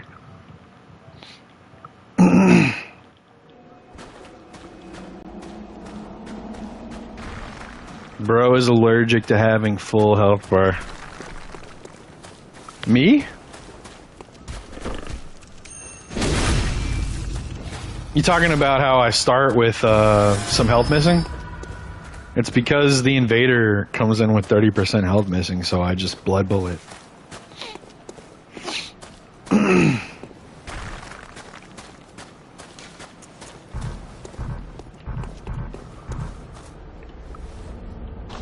I'd also buff certain weapons because the gap between the damage between yeah, you did say between twice, that wasn't just me. Some weapons is too much. Yeah, I agree. I don't know if Bloodletter is one of those weapons that has too much damage over others. Bro, you're not cool. Please stop edge walking.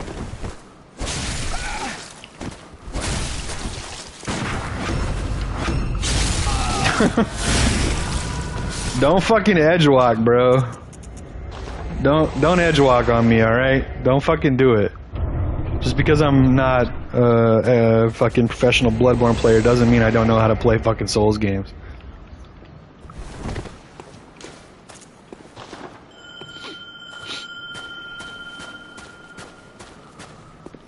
Just in general, even mid-fight, you don't heal when you should. Oh yeah, no, I know. I'm still like having a problem placing when I should because I'm used to. So like, I feel like I still don't know when a safe heal really is possible in a lot of situations. Like I really want to get away when I heal. I don't like risking healing up close. And obviously I don't use Beast Roar on this build specifically, this setup. Oh, it's Poetic Hole again, dude. Get out of here.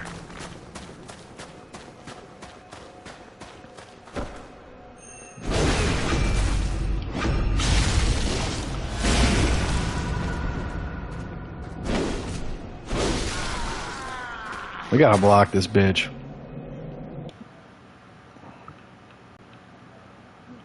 He's just AFK.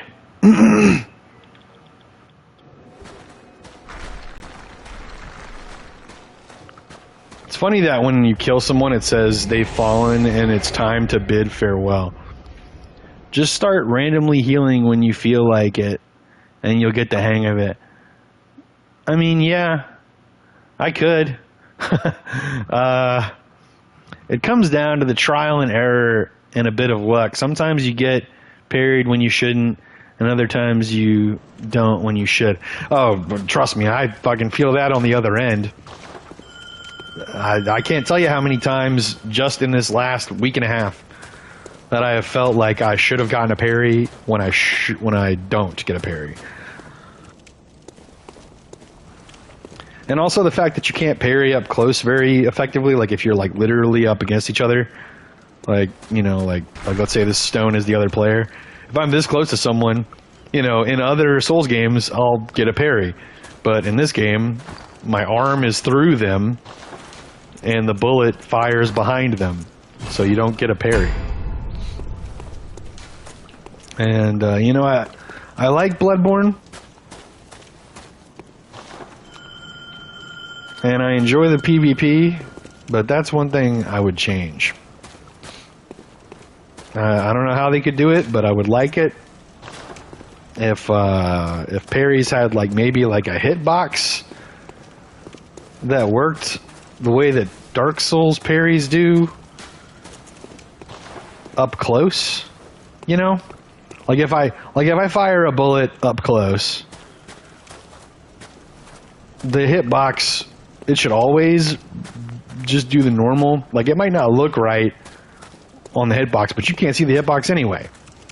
So you would just parry them like normal. And then far away, it would still be a gunshot hitbox.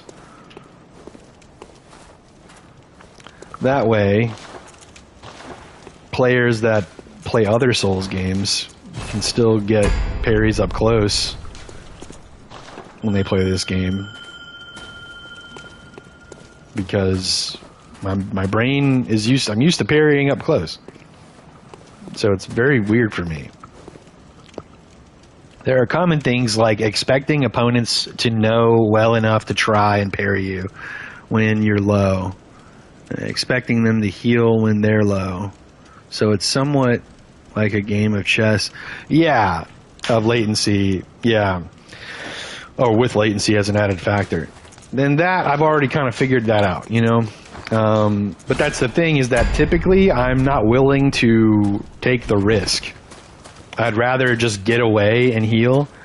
Sometimes I'm allowed to, and sometimes I'm not. And, you know, I probably lose more often than I would if I would just heal normally. So, who knows? Maybe, fuck it, maybe I should just start healing when I need to, when I want to. But I feel like most of the people that I fight here know what they're doing and will parry me. That's the thing. I also react late to heal parries. Or trying to parry heals. I react late to it. I'll usually only realize I can parry their heal right after they're done healing. So I'll shoot them as the animation is like finishing.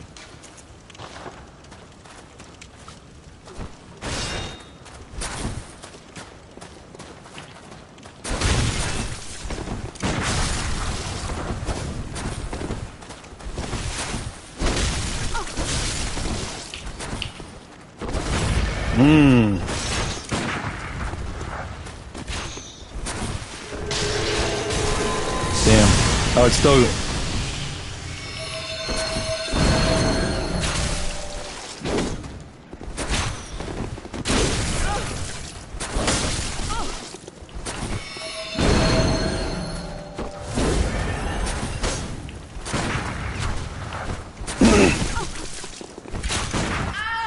Yay! Oh man. I love I just shoot them in the face and they just go, ah. That was pretty good, not gonna lie. Unlocking to run away is a decent tactic unless they have a weapon with a good chase down move like running close safe. In some cases, it's better to go for a beast roar, but it's better to be with their hitbox to proc the roar in hopes of knocking them down. Though sometimes the beast roar can also be iframed. Oh no, you might have missed it earlier. I fought this one dude who was a bloodletter user that I blocked because I didn't like them. I didn't like the way they played. Which is pretty much, I'm not gonna lie, kind of a, I'm considering against the blocking bloodletters. But anyway, what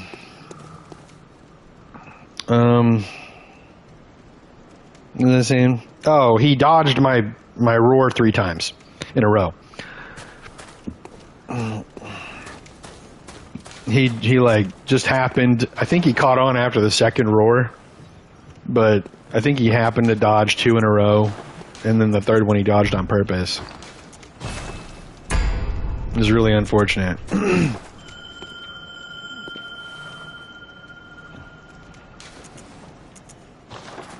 Because he wouldn't leave me alone, and I was trying to get away to heal, and it wasn't working out. I just realized I'm low on bullets.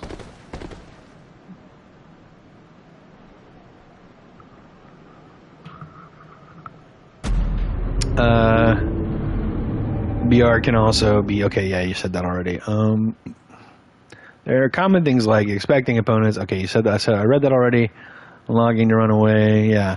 I think unlocking to run away is kind of cringy, though. I prefer not to do that. And when someone does it to me, I don't know, there's just something, like, really cringy about it. It happened the other day. I chased someone down who I was really just giving it to them, and they ended up running away from me to go heal, and I chased them down and killed them pretty easily. But I remember after I did it, I was like, ew. Like I had like you know how people joke around and they're like, I just got the ick. That shit gave me the ick, bro. I got the ick from them running away from me to heal.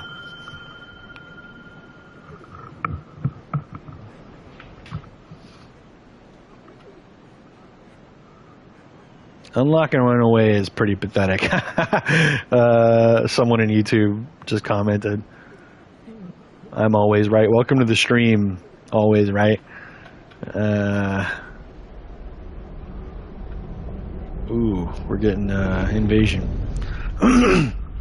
Thanks for stopping by.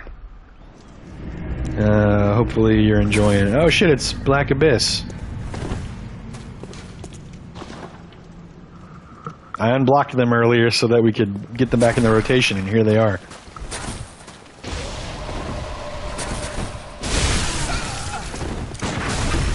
Yup. Saw that coming. I don't know why I'm healing.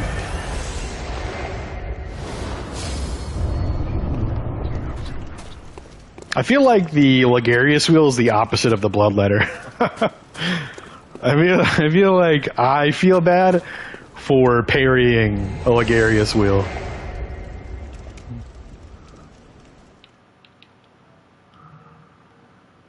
Poor guy's about to get wheeled. You mean me? Am I the poor guy? Because I don't know if that happened. I think you might be behind a little bit. To each his own. Sometimes, okay. Surprising outcome.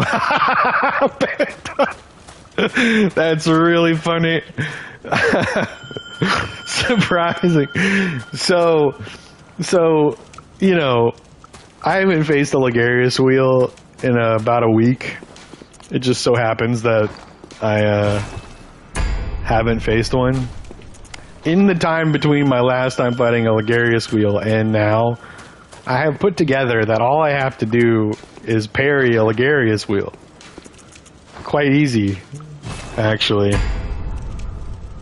I knew he was going to dash forward and jab at me, so I did my R2 and jabbed him, and then I parried the second attack.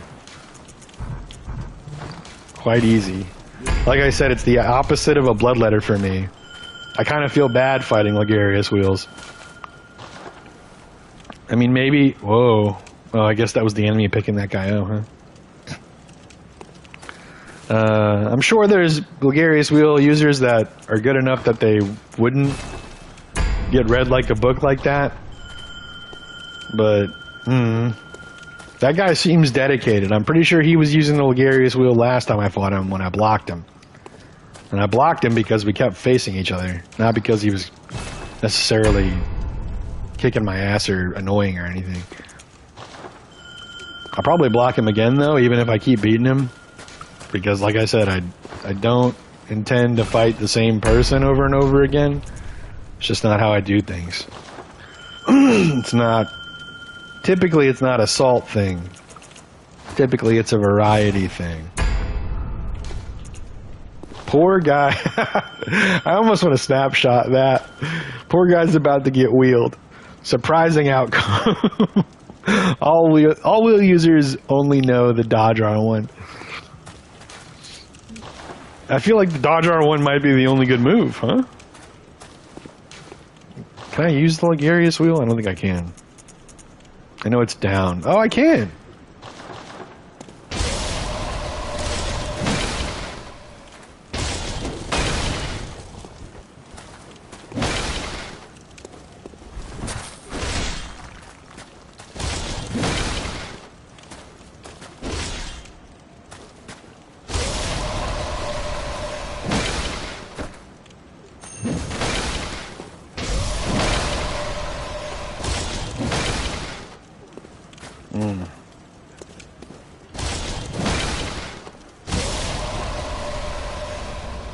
Uh-oh. Uh-oh. Uh-oh, okay. T-Blink has arrived.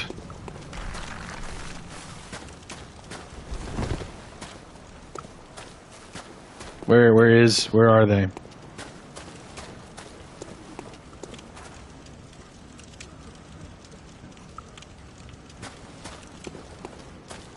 Return to their own world. Wow. Lame. Which is a shame, because it has a nice moveset. Let's switch this weapon, because... Oh, no, that's the Whirly Jigsaw. Okay. Okay, so... R1 into switch. Trick. Trick R1 into untrick. Okay. That's what I thought happened. Is that an AoE? Is this an AoE?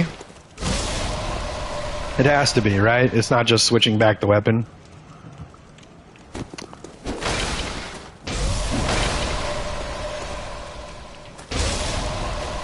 What does this do?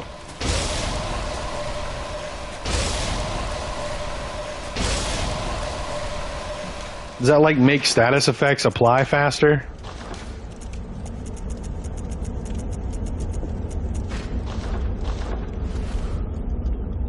The L2 is a buff. Oh.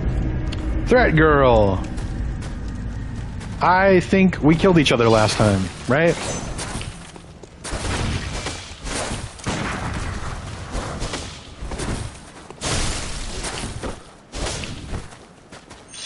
Ooh! Whoa, did I one-shot? I fucking one-shot them. That's crazy. GG. See you next time, Threat Girl. That's funny. I feel bad. Kind of feel bad. Okay. It is an AoE. Okay, yeah. Wheel Fart. You guys just call any of the AoE moves farts? Is that a thing? Fungineer says, you haven't said anything in a little bit here. L2 is a buff, but drains HP. Oh! I didn't realize I was draining AP. Is it just like a physical buff? Is it an arcane buff? What is it? What does it buff? It buffs your weapon temporarily in exchange for HP. Okay, but like, what's the damage? Is it physical or arcane or blood tinge? That was me. I'm blocking you now. It's nothing personal, just variety thing. Hey, yeah. Is that actually you? Are you Threat Girl? I don't think you are. Also, if you block me for variety's sake, I would understand. But, you know, I typically unblock people after a while. So, maybe you could do the same for me. Whoops.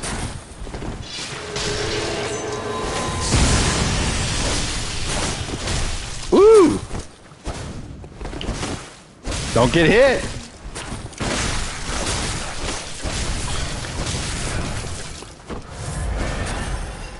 Ooh.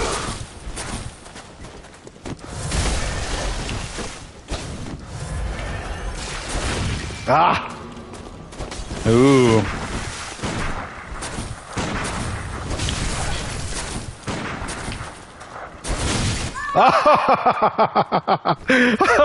Thread Girl. Threat Girl, I'm so sorry. Oh my god.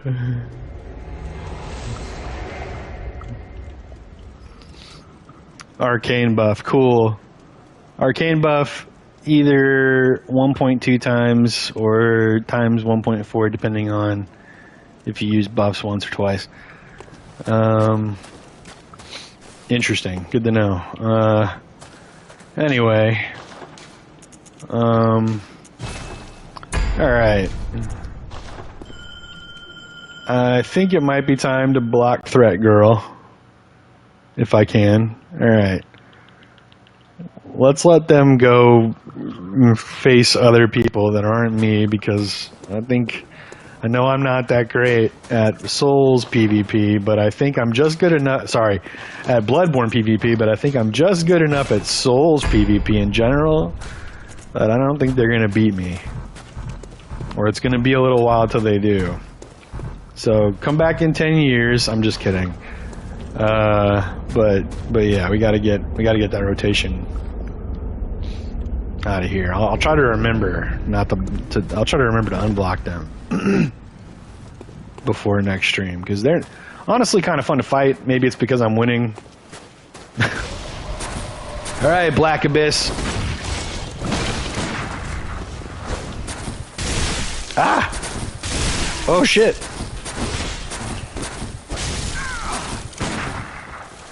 Okay.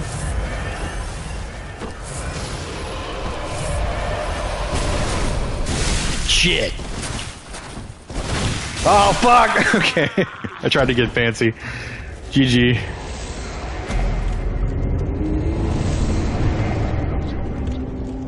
Oh, sorry, always right. I didn't realize you had commented again, because Twitch chat's just way more active than YouTube chat right now.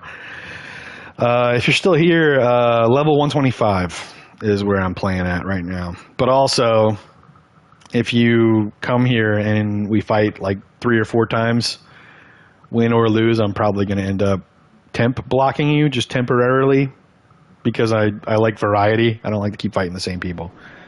And right now, the community is not big enough where I will just get different people organically. So I have to temp block people. But I have been making sure to unblock people a couple days after, especially if the activity is low enough.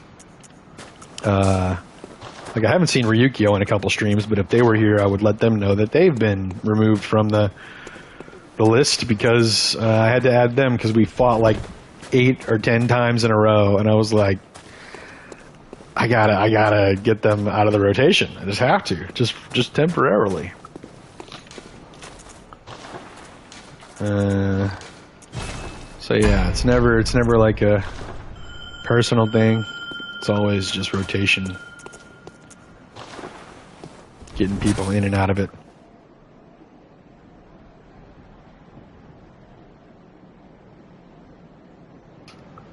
All right. You know, there's a limit to how many people you can block, right? Is there? Because I've not reached it yet. I wish I could show you the list of people that I've blocked. Because on Elden Ring, I block all solo hosts. Because in Elden Ring, solo hosts you can't invade solo hosts unless they want to be invaded. And the type of player that wants to be invaded as a solo host sucks. Like, to play against. They are not fun to fight against at all. I hate them. Fuck them. All solo hosts in Elden Ring can literally fall off the face of the planet. Absolutely no mercy. It is personal. I will block you because I don't like solo hosts in Elden Ring. And I also block really toxic gang squads that I just don't think would be good for my sanity to continue trying to invade. It depends on the gang squad. And that's a decision I made after Dark Souls 3, because if you know any of the history, because I've talked about it a few times, in Dark Souls 3, especially after the DLCs came out, gank hunting in Dark Souls 3 got so toxic that I quit invading for like 4 or 5 years. And that's why that's why I have affiliate and you can subscribe to me, but I only have like 7 people right now or some shit in chat. That's because of that long break that I took, and it's because I got so depressed from the toxicity of gank hunting, but also regular duels and organic invasions. Like, regular duels are boring to me, and organic invasions can get boring if you don't have gank squads But also, the community in Dark Souls 3 wasn't as big as it is in Elden Ring. So at one point, you kind of only got really good activity if you were in one of the Covenant areas where the gang squads would hang out. So you would get gang squads a lot in Dark Souls 3 due to how things worked out. For those of you who don't know how this worked, there's a couple people in here who I know don't play other Souls games or haven't played the other Souls games a whole lot compared to Bloodborne. So I'm just explaining that for them and for any other people that eventually see this and don't know what they're talking about when it comes to Souls PvP. So anyway, after that, when I came back for Elden Ring and started streaming again, I was like, I'm just going to block gang squads that are not good for my mental health. Because while I am much better at controlling my rage these days, it still comes out. It still happens. I still get pissed. Earlier today on stream, I was quite annoyed. And yesterday, I was super salty throughout a lot of the stream. So, you know, it still happens. The blocking doesn't activate right away and also isn't permanent. So after a while, you re-encounter your block list regardless if you have them blocked. Oh, that's interesting. Well, that's fine because at the end of the day, I'm only blocking them to get away from them currently. By the time that they recycle and I have to, you know, face them again, I'll probably have forgotten why I blocked them. So they'll get a chance to not be blockable anymore if I fight them again. But if they fight me under conditions that I deem blockable, then I'll just block them again. And also, people move on. You know, I'll keep playing these games, but those people might move on one day, so they might not end up needing to get blocked again because they might just not come back. Also, a lot of the people that I blocked in the beginning of Elden Ring, I used to play at level 75 exclusively, but now I play at 200 and 301. So a lot of those players might not even have builds at the same level as me anymore, either. You should try getting ganked in Bloodborne. I can help with that. I'm quite a connoisseur in this field. That, I'm not sure if, I'm not sure how I feel about that, Panda. I'm okay not getting ganked right now. Technically, I've already been ganked a couple times. I have a couple clips of me facing multiple opponents. One of them I won, and the other one I lost, but I still killed one of them, so I was still pretty proud of that. Because it was on my level 78 character, and it was back when I was still brand new. Like, almost no experience.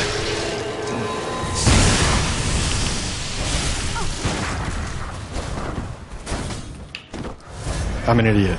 I don't know why I did such a long combo. Mmm.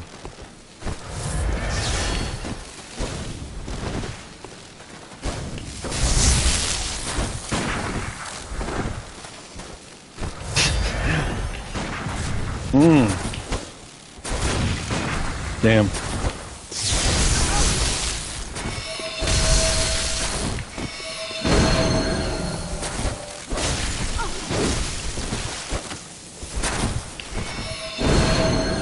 Damn.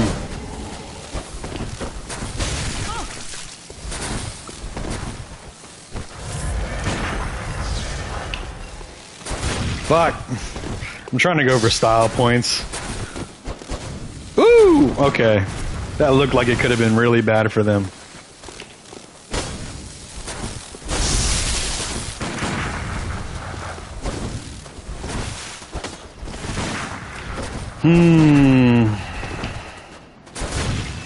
They are cautious.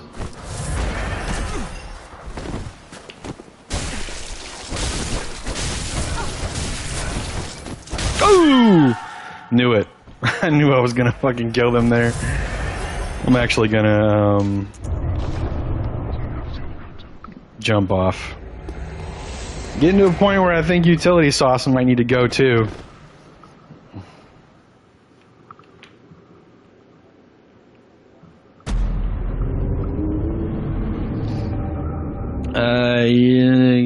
If you ever have a change of heart, let me know.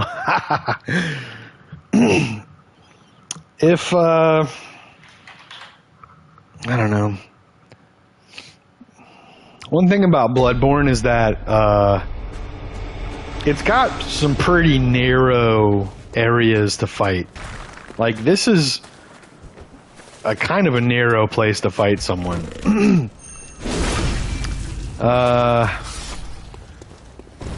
Really all of this is super narrow. I know it's not like crazy narrow, like there's some area here to move around back and forth on, but this is really narrow. And maybe it's just me, but I feel like Dark Souls 3 and Elden Ring have much more wide open spaces to fight, especially in the zones where PvP is common.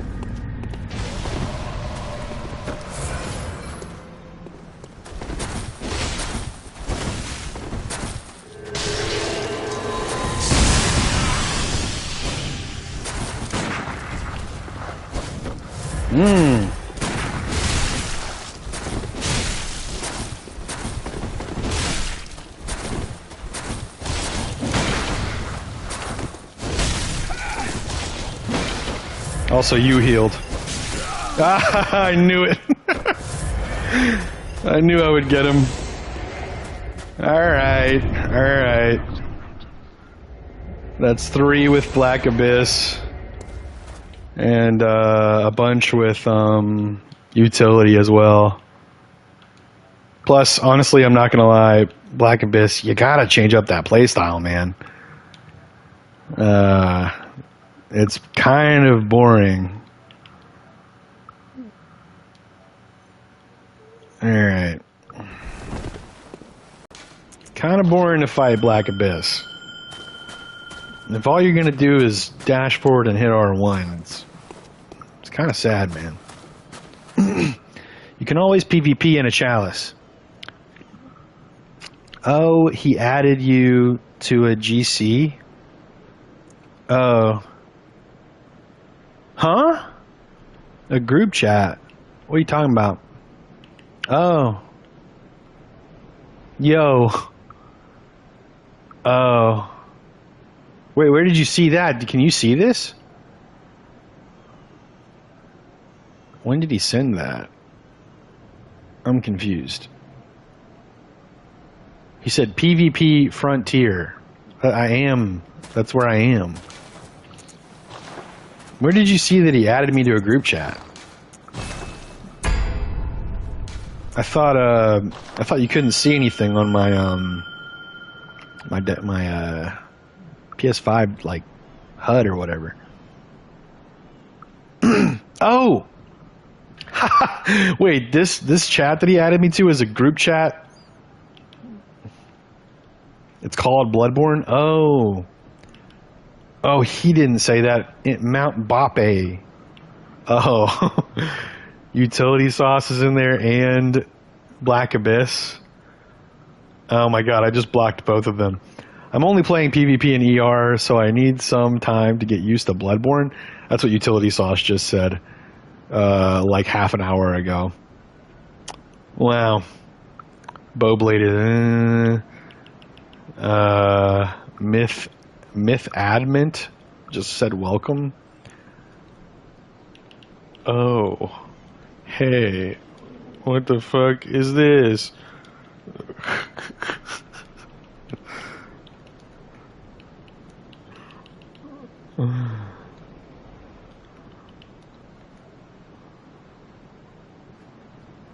Okay, well, you know, whatever.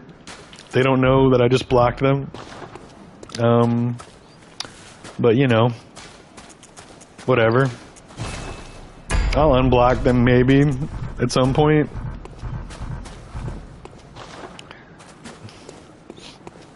I unblocked them already. Black Abyss was already blocked and I unblocked him.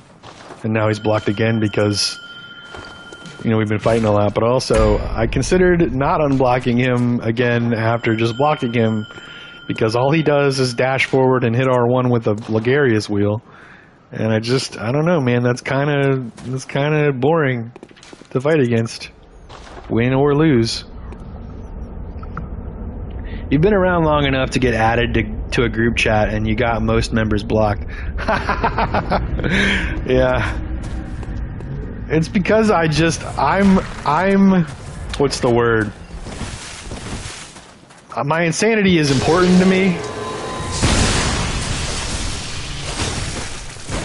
Oh my god! GG! What's up with their hair? What do they have? Is that a glitch? Do they have a glitched headpiece?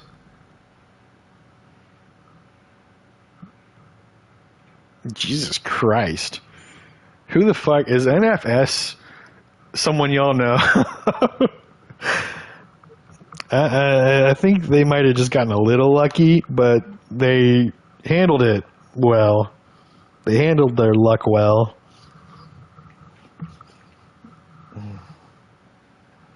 That was wild.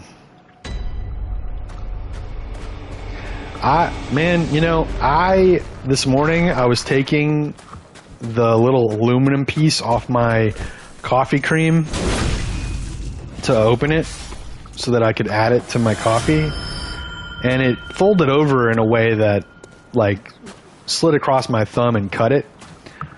So I have this little slash on my thumb that I use to move around the stick with, right?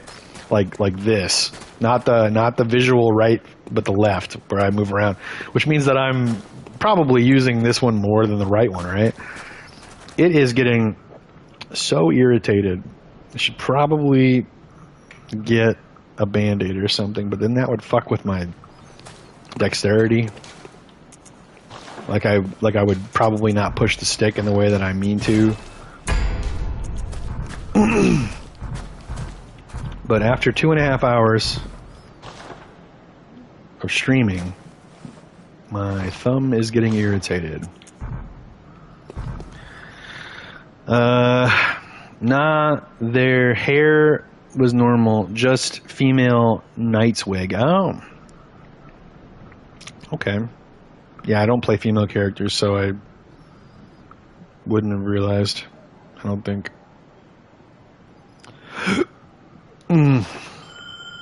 You got cut by aluminum foil?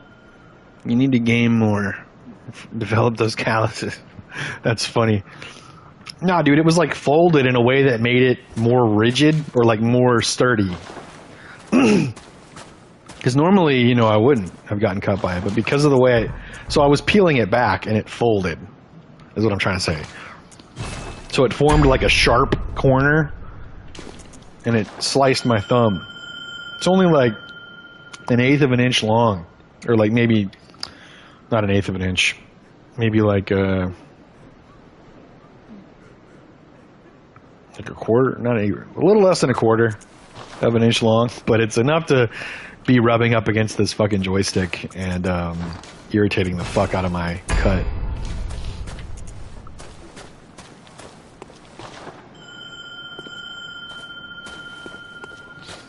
But yeah, anyway, back to what I was saying.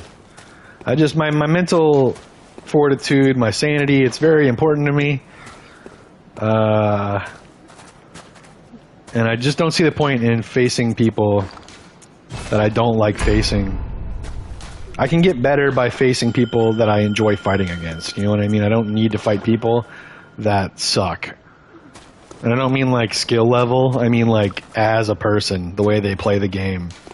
I don't need to face people with bad attitudes or with, you know, meta slaves. We got a lot of echoes right now compared to like how many I usually acquire before I go back. But also, I'm pretty sure I don't have a weapon down. Weapon durability down. Yeah, so we're probably good. Probably can go for a lot longer before I gotta go repair. I'm used to having that repair weapon durability down. Oh, it's Mount Bape.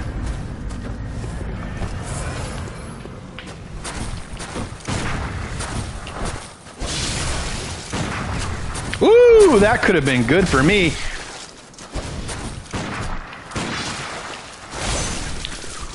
Ooh, shit. What do you want to do? What do you want to do? You want to heal? Ooh, ooh, ooh. I went full Mr. Meeseeks right there. Oh, I thought I killed him. Fuck. Oh, okay. Holy shit. GG, Mount Bape. I'll tell you one thing. Bloodborne PvP, because of the way that it is, it gets my blood flowing and I freak the fuck out during a good fight. I don't freak out like that during Elden Ring or Dark Souls fights. That could be because I'm new enough to Bloodborne and it's different enough that it's like exciting to fight people that I think probably know what they're doing. Chicago duel? I don't think he's talking to me. He said that in the chat, Mount Bape, but that was before just now. So I don't know if he's talking to me or not. Chai Coffee Mate has plastic tabs. Time for an upgrade. Nah, dude. I used to use Coffee Mate, and then this is back like a decade ago when I lived with my mom. She switched to Delight because it was cheaper, and we realized that we like it more. So I, once I moved out and started doing my own thing, I've just been buying Delight ever since.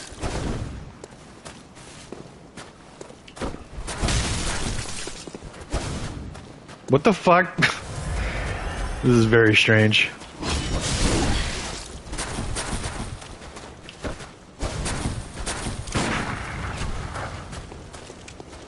Hello?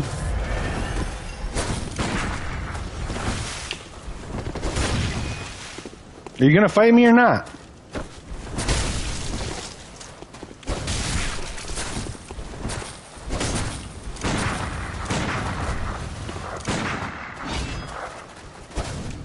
Bro.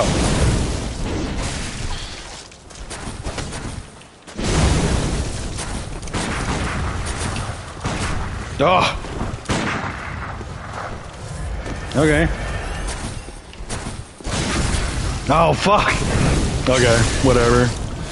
Not sure why you're here if you're not gonna...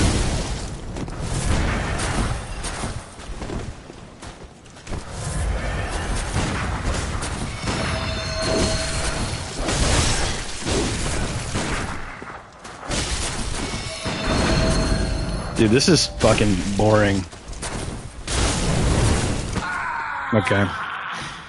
I'm gonna go ahead and block them because they didn't even seem like they wanted to PvP. So fuck them.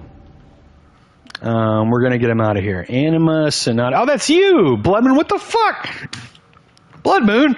What the fuck, man? Why were you? What was that about? I did not appreciate what you were doing. What the fuck was that about, man? I was AFK, nerd, then fucking... First of all, don't go AFK in a Souls game, Blood Moon. How you know? You should know this by now. Second of all, you coulda... I didn't fucking realize it was you. I'm sorry. I attacked you because you were AFK, and I thought you were just gonna be AFK and let me kill you. So you probably were like, "Fuck you." You probably reacted to me like I was trying to be dishonorable or some shit. I get it. All right. You know what, Blood Moon? I've been meaning to tell you. Back when you first showed up in my stream, maybe the second day of Return to Yharnam, I was on my level 78 Chicago build, and I didn't realize it was you because maybe I didn't know your gamer tag at the time, but you were in chat talking to me, and I ran up on you because I have a clip of it. I ran up on you while you were at Murgo's and just started attacking you, and I think I caught you off guard because I kind of just like hit you twice, parried you, and then you like died. And I didn't realize that entire time that it was you. I also flipped my cape by accident. I went like this, and then I was like, nope, didn't mean to do that. And then I filled it back with a different emote. Went back with a different emote. But I realized in that moment, like before, like it must have, I was like, oh my God, I think I just like came off like the biggest asshole ever and didn't even realize that it was someone in my chat that I was doing it to. Which, you know, I feel like maybe I shouldn't let the fact that someone's chatting with me in my stream to affect how I play, but also I feel like, I'm not going to lie, because you're in here and you followed me and you're chatting and stuff, it's like a, you know, you don't have to be here. So I feel like I owe you guys some amount of respect when I fight you. And that goes for pretty much anybody that ever is in my chats. I feel like I owe some respect to people that are taking their time out of their day to hang out and chat while I'm streaming. So I've been meaning to say, you know, I didn't mean to do that, and I hope it didn't come off like I was being a piece of shit. But you also said no worries. No, you didn't wait. No, man, you didn't waste my time, Blood Moon. Yeah, everyone kills me at some point. No worries. I was making coffee listening to stream when I heard my character getting smacked. That's really funny.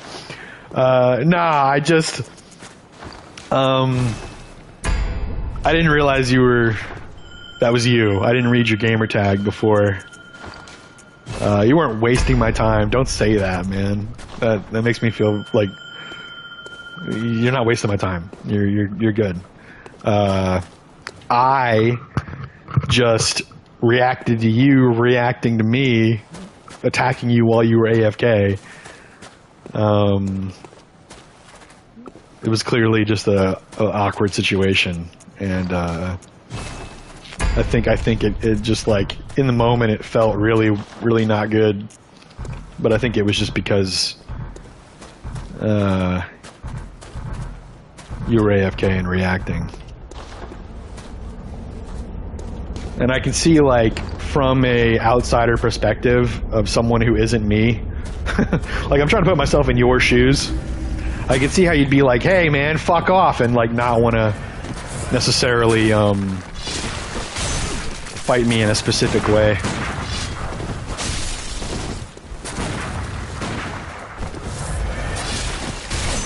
God damn it.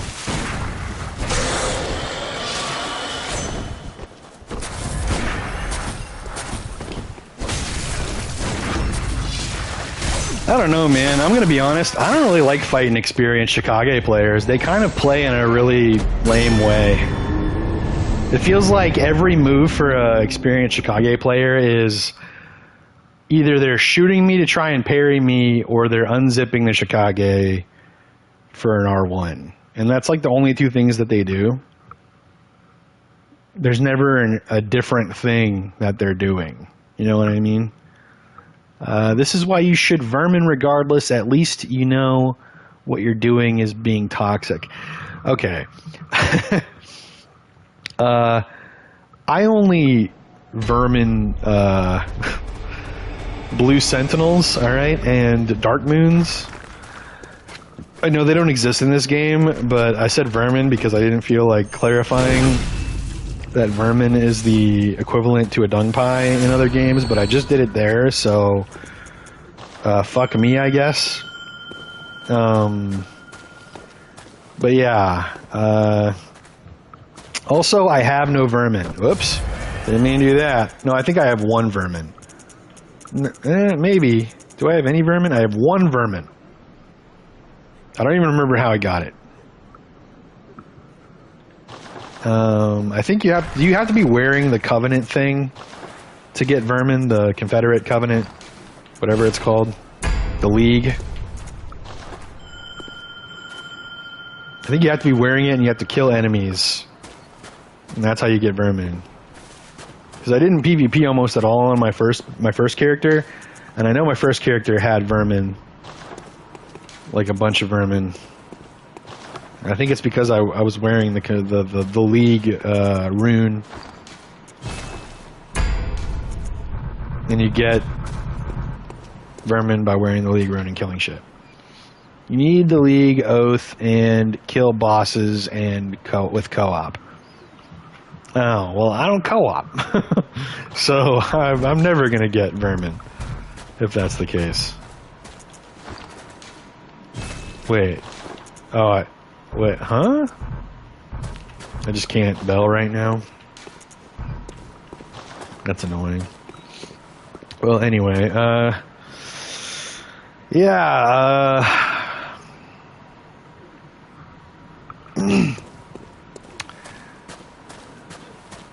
what was I saying? I feel like I had a thing I was saying.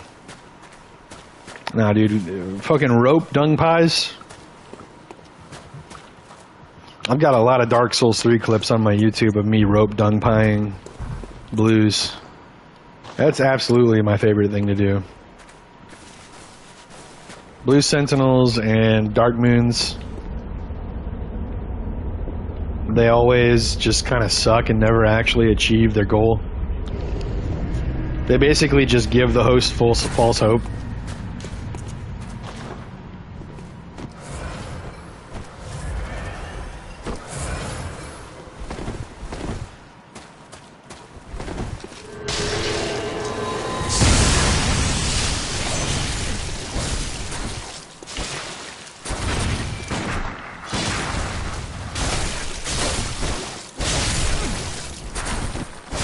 Damn. See, that's what I'm talking about. Like, it just feels like, I don't know. I just don't like fighting Chicago players. I just don't like it. I'm sorry. I just don't like fighting Chicago players. Why are people texting me right now?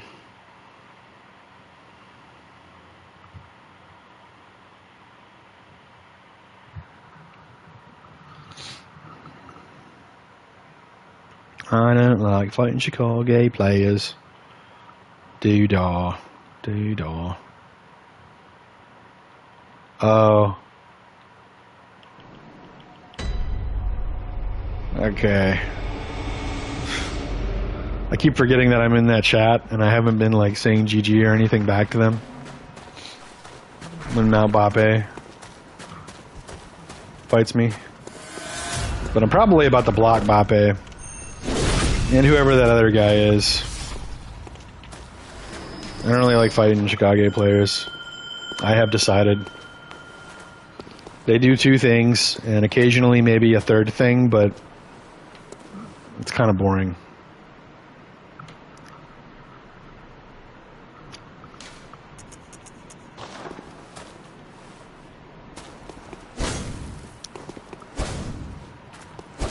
If you don't want to end up on the perma-block, don't be boring.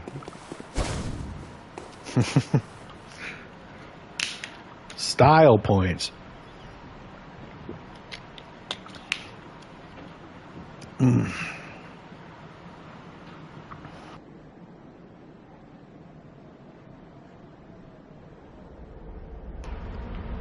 Resonates with another. It's probably a Chicago player. How can you be more boring? Oh, it's someone different? Why are you all the way over there?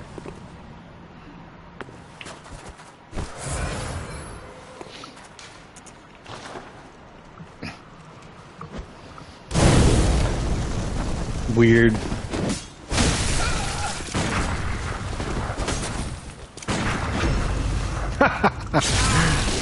Bro, you can't say don't be boring and keep mashing basic R1. I'm not mashing. What are you talking about? Dude, I throw out...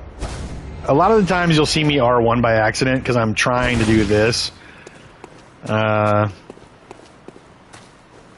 And also, I don't think, when I say boring, I mean like using, I think your definition of boring and my definition of boring are different.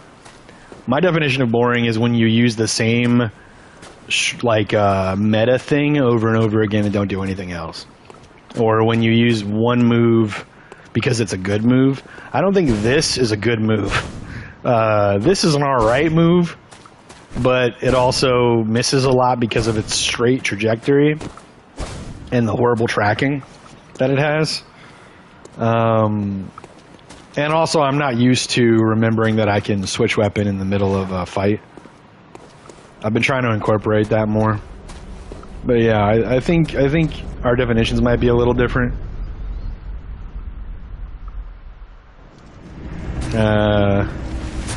Okay, it's Bape again. Because Bape and the other Shikage players are kind of, see, shot, unzip, or visceral. I don't think he even meant the visceral.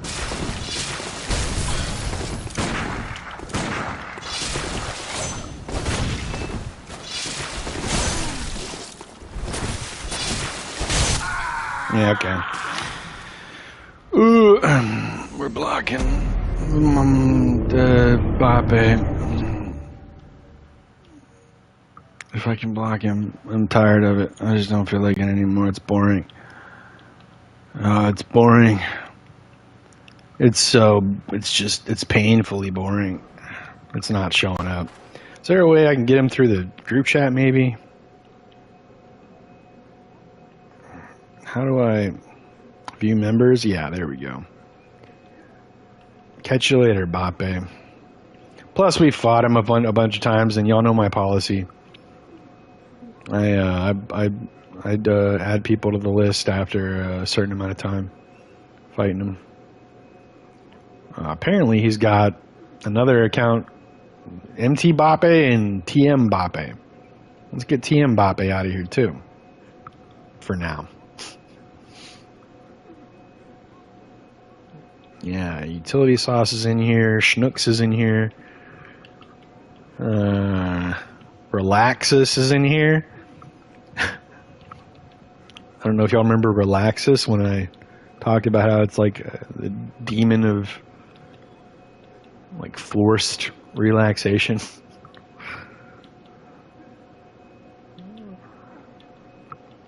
Yeah. Me using the R1 and the R2 and not switching my weapon like to tricked is a force of habit that I'm learning to get over, because you can't trick weapons in the other Souls games. So I'm not used to being like R1 L1 into a trick weapon combo. That's not because I'm like the R1 on the fucking thing, it's the best move in its arsenal, and I'm just gonna do that over and over again. Like, that's not the same thing. Oh, you're out of here? Okay, yeah, you have a good day too. Hope you get to fight your favorite bloodletter matches. No, I'll never I won't. I hope the opposite, but yeah, thanks for stopping by and have a good day. Bro, where the fuck? Let me sinister. Let me fucking sinister.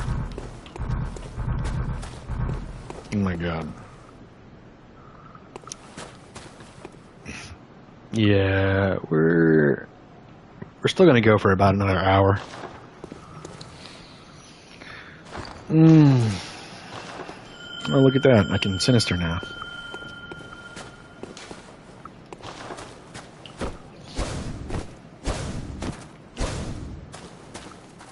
Yeah, half the time I'm trying to jump attack and I accidentally just do a regular R2, because you need to time that shit perfectly with the stick.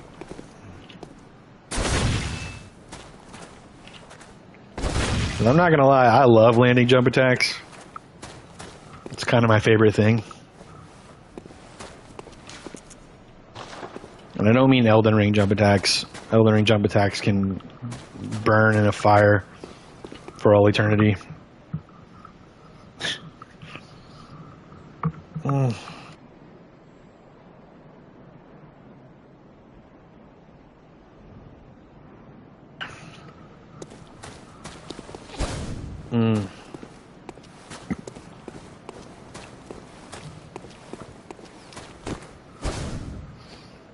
Ring small res for silence cycle. Or silence to cycle the chime if it won't let you ring red. Oh, really? You can ring others.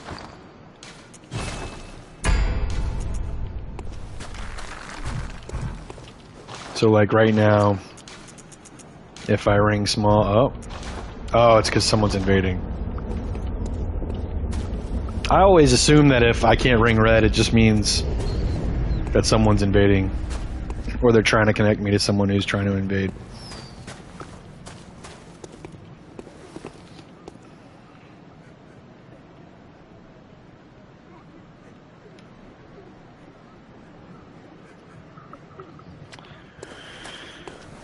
T-Blink. Where are you, T-Blink? What the fuck? That's 2 times in a row T-Blink has connected and then left. Let's go ahead and get them out of here then. Because I'm not trying to get invaded by them and then have them disconnect again. At least not today. I think I beat them, so I wonder if they're salty.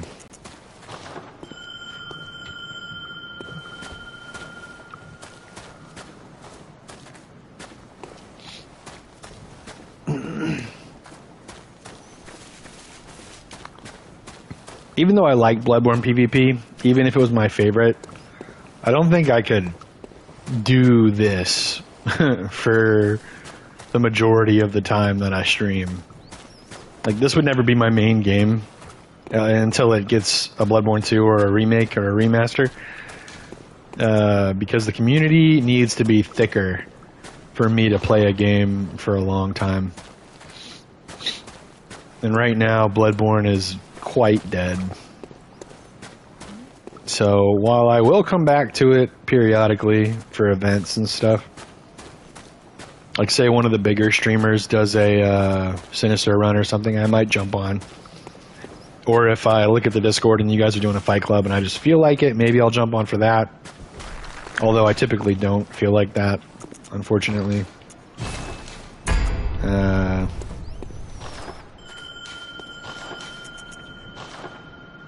Let's see, the people blanking out repeatedly are probably trying to do a dungeon merge. So it's best to block them temporarily if you're looking for organic matches. Still don't entirely understand what a dungeon merge is. I think you tried to explain it. You or HF tried to explain it to me. Which, by the way, HF, I haven't seen that dude since pretty much the first time he came in here. He told me a lot. He explained a lot of stuff to me. And dropped a lot of video links for, like, tips and tricks and shit. And that dude just never came back. That's okay, though. It is what it is.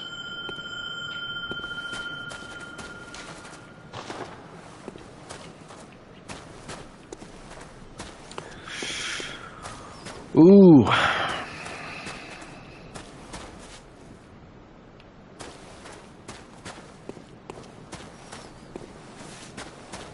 It's too bad that, like, I wonder why they haven't included some trick weapons. You know what I mean? In other games. Maybe not every weapon a trick weapon, but the fact that pretty much none of the weapons in Elden Ring or Dark Souls are trick weapons, kind of weird to me. I'm sure they want, like, a dedicated button. But, you know, I'm sure they could have worked it out by now. They eventually worked triangle out as the dedicated jump button for Elden Ring.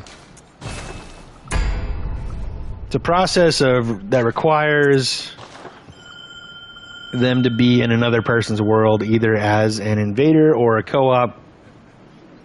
It's used for farming otherwise unattainable gems. Whoa, unattainable. So does that mean they're basically cheating?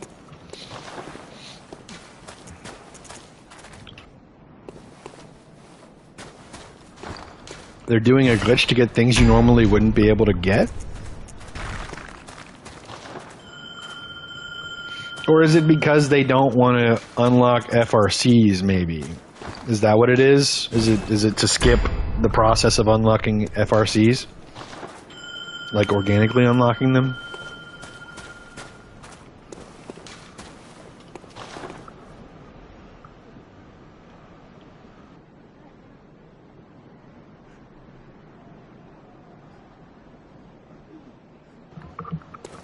Oh man.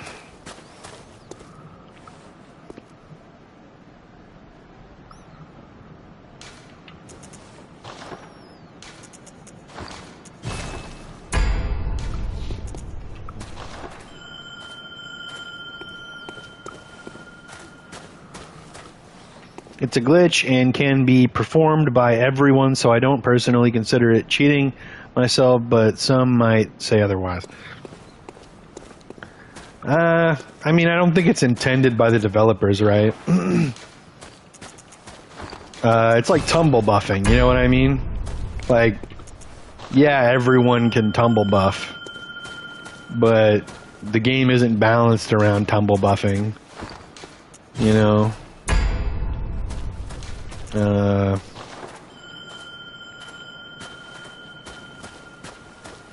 And people who don't know about tumble buffing might not be expecting your weapon to be buffed by tumble buffing. So I don't know. I mean, if it gets you to a thing faster that you would have had if you just spent more time, then I don't necessarily care that much. Because, like, you know, I use Patch's Emporium to get my builds where I want them faster, to have people drop me souls and runes and other items for crafting in Elden Ring. Specifically, I think I have a build where they're an artificer from D&D, so, you know, like basically an alchemist in Elden Ring, and he throws rot pots. So I'll have somebody drop me 999 of each ingredient for rot pots. Or I had an archer character in Elden Ring as well who used different kinds of arrows, and I would have people drop me the ingredients for those arrows and stuff. So so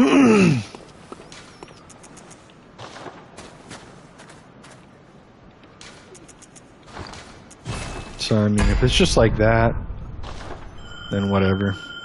How do you feel about the chainsaw glitch? Are you talking about, I don't know if it's a thing in Bloodborne, but are you talking about the thing in Elden Ring that's like it's like the whirligig, but it's not a trick weapon, it's just the whirligig tricked, and you can extend it like super far and then do all the stacked up damage from all the different buffs you can get. I mean, it's pretty much only PvE, right? I've never seen it in PvP. So maybe you can do it in PvP, but I've just never seen it. I don't know. I mean, if it were a thing I could do, get hit by in PvP, then I don't think I'd like it. But, I mean, if you're cheesing the base game, I don't really give a damn about that. Honestly. I just care about PvP cheese. Like when people were doing the Death Bite or the Blood Flame buffs or cheese, where you'd be able to put Blood Flame on your weapon, or no, you would cast Fire's Deadly Sin after casting Blood Flame on your weapon, or like putting it on your weapon. And it would carry to the Fire's Deadly Sin, and then you'd just be able to run into people and melt their health. Okay. Yeah, you're all good, Bloodman. Man, it's dead now. I either have to fight Chicago players or it's dead. I guess we can go to Murgo's. I also probably should spend these echoes. Prepare my weapon and stuff. Well, I can't yet.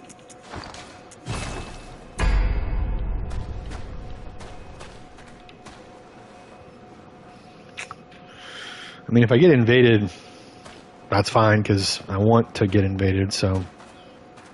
You know, if that happens, then cool.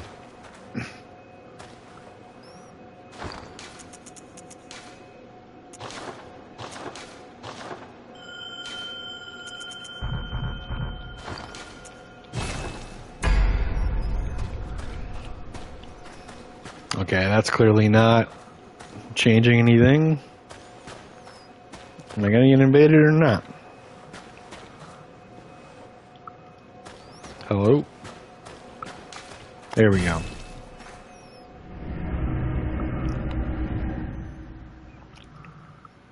Yeah, dude, my thumb is so irritated. The cut on my thumb.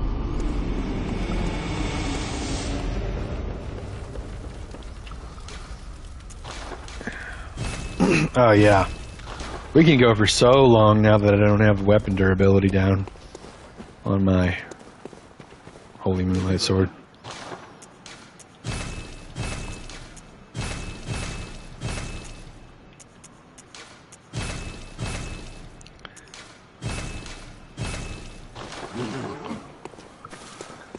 Okay, I was gonna try Loft. Oh, fuck it. Selected Loft Base instead of Loft Middle. Motherfucker. I don't think I can get to Loft Middle really easily, can I? I have to, like... Maybe I can, actually. I think this leads to the double elevator. Yeah. Send this back down and then go up this.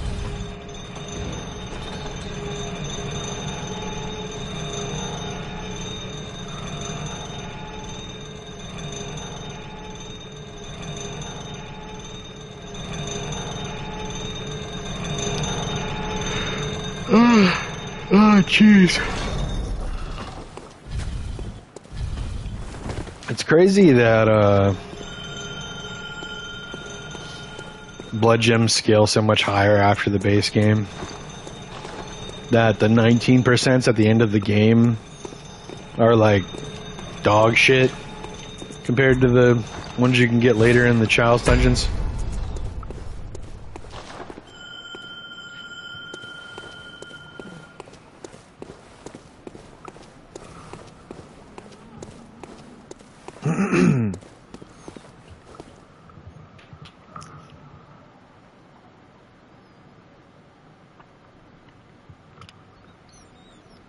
Fuck. Don't make me have to unblock the Chicago players. Don't do it. Don't make me. I don't wanna.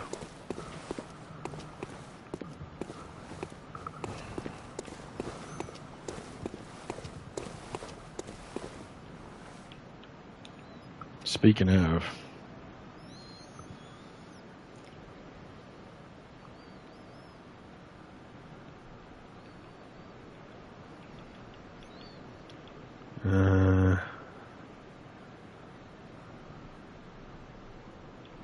Rain check, I appreciate that. I'll likely be here until Yharnam crumbles beneath my feet.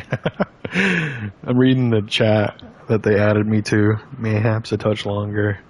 At this point, I can't imagine any other way. Oh, they're probably replying to Bape, and since I fucking blocked him, I can't see his messages anymore.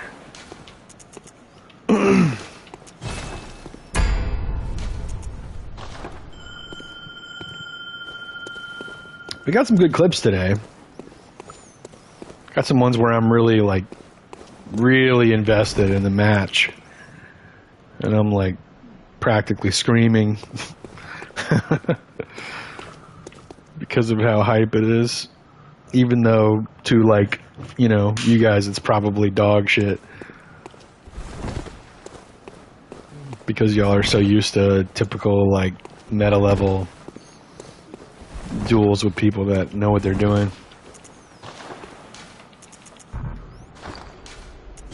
Well, I should say a lot of you guys. Not everybody in this chat is a Bloodborne veteran. Or not everyone that's going to watch the VOD is a Bloodborne veteran. Oi, shit!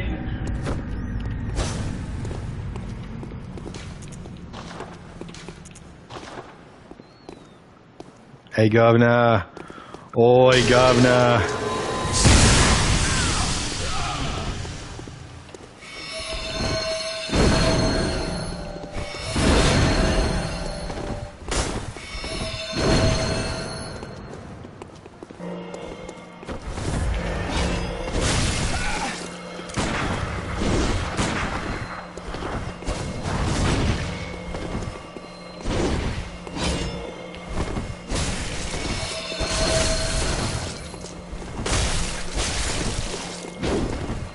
Oh, God, they're playing passive.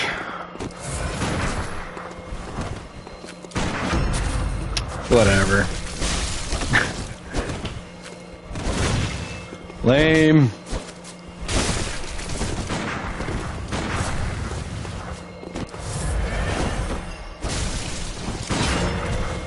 No way that wasn't a parry.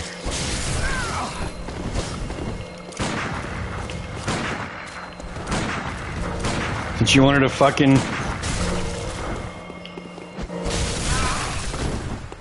Excuse me? Yeah, that was weird. That was a really weird ending. Lion, good kid.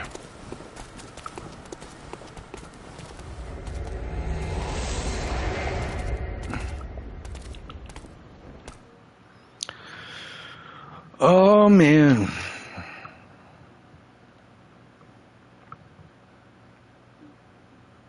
Can't wait for Duskbloods.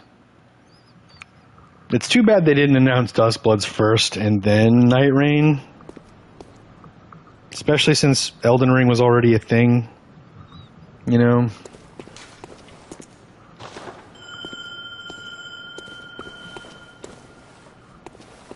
I mean, I guess they probably started development on Duskbloods later, and Elden Ring Night Rain was probably much easier to make. Cool thing, though, is that Duskbloods is actually directed by Miyazaki, as where Night Rain is not. And we all know in Hidetaka we can trust.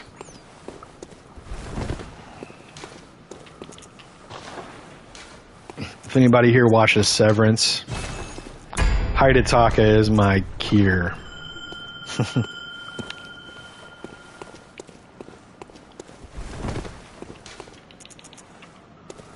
Oh shit, I just realized my bullets are fucking low. Oh, that's interesting. The Mensa's brain is still a thing here.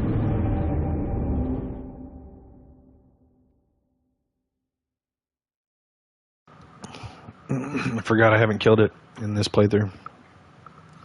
Hey, speaking of, don't know if any of y'all give a shit, but I beat Lawrence the First Vicar for the first time. Oh my god.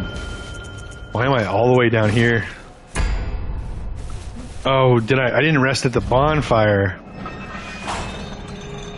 Oh my god, every time I kill myself, I'm gonna have to... whatever.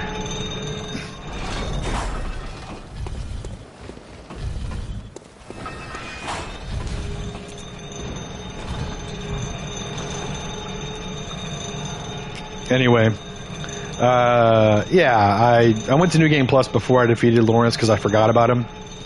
So my first time ever defeating Lawrence was in New Game Plus. But also I did it with all my maxed out blood gems and shit, so... you know, it's kind of, I feel like it maybe evens out, right? And I uploaded the 2 attempts that it took me to beat him to YouTube. So, you know, little shameless plug. Watch someone defeat Lawrence the First Vicar for the first time. On New Game Plus as well. If you care. But as someone who prefers PvP content over PvE, I could totally understand why you might not care. And that's okay.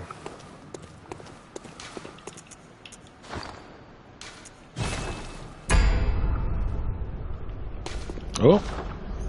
Did you defeat him with a bloodletter? No. No, I defeated him with the saw cleaver.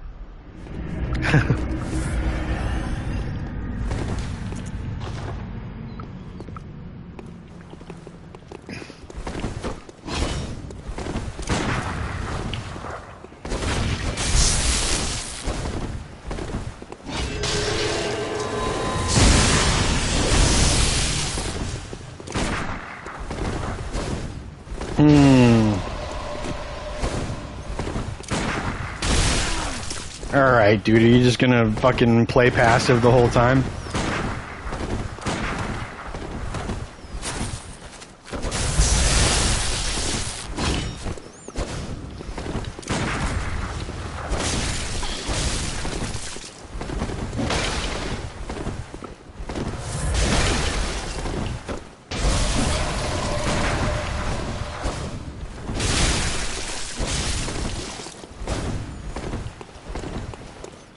Alright, fine.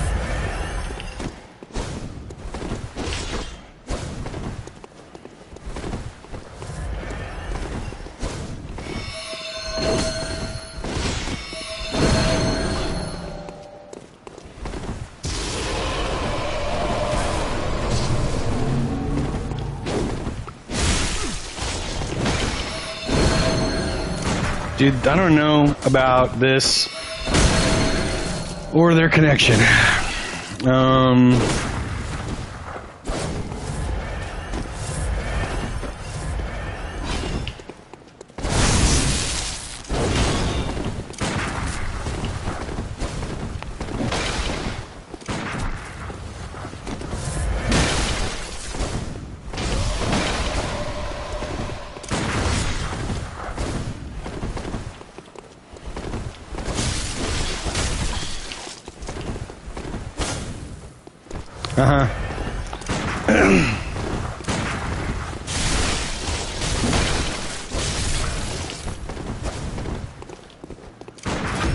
Okay. I don't know why you burritoed me. I was half health. If you can't kill me with a visceral by that point, you might as well stop playing.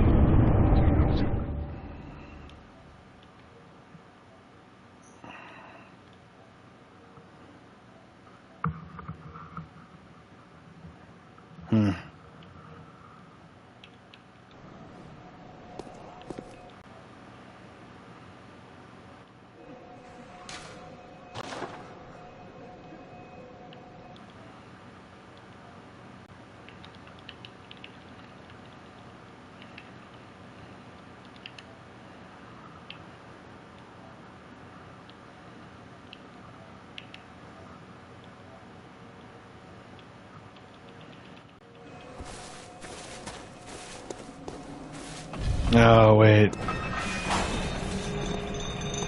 Fuck it, might as well just go back to the dream.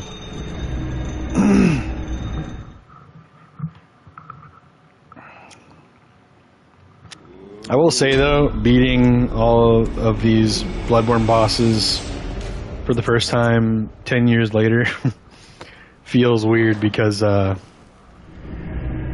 I have so much more experience under my belt fighting FromSoft bosses in the first place that everything's just like automatically way easier than it would be if I had fought it 10 years ago.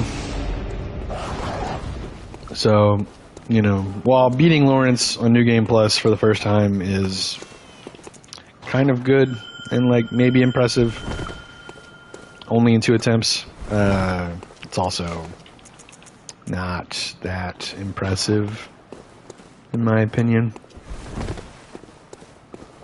But normies love that shit. Normies love to watch someone beat a Souls boss with like some challenge added to it other than just it's a Souls boss that you're fighting. That's why Lobos Jr. has a really big viewer base. I'm just kidding. He does a lot of different challenges. So I can see why people like watching Lobos.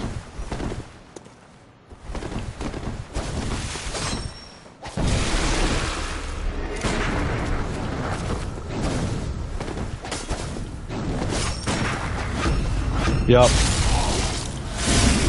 Oh, I thought so. Really?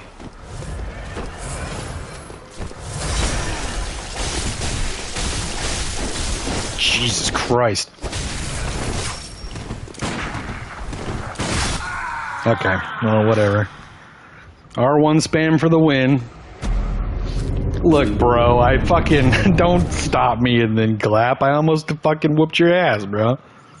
If you wouldn't have caught me in a corner and R1'd me to death, would have had your ass. Also, I went for the stylish Call Beyond finish. And it backfired. Because I'm a nerd. And I like to kill people in fun ways. Unlike the rest of fucking humanity. Oh no, I can't lose. I have to use the most OP shit all the time. Or I'll lose. I'm just kidding.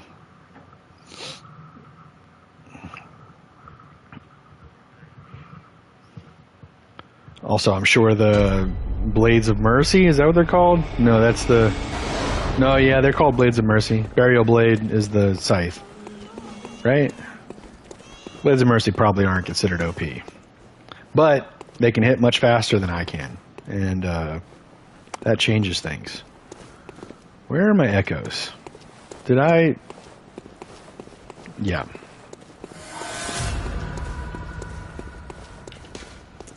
Oops.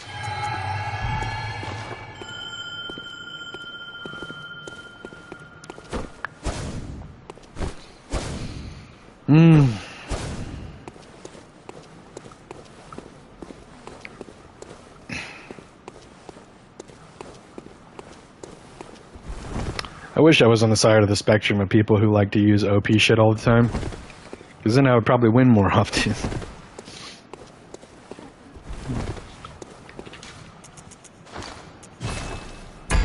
Instead of playing characters who I purposely don't use Beast Roar on.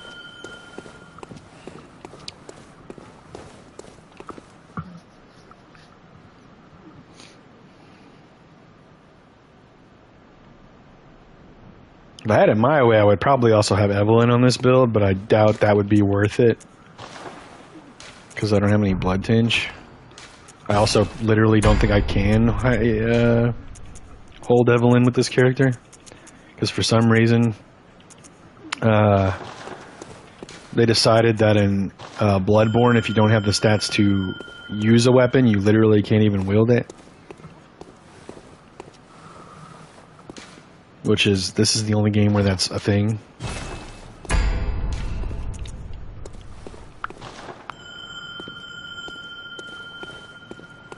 Because like, if you find weapons in this game and you just don't ever have the stats for them, then that's just, you know, like a whole person that probably wasn't going to play the game more than once, that never got to use a weapon because, you know, that might have made them fall more in love with the game because they couldn't literally take it out and use it.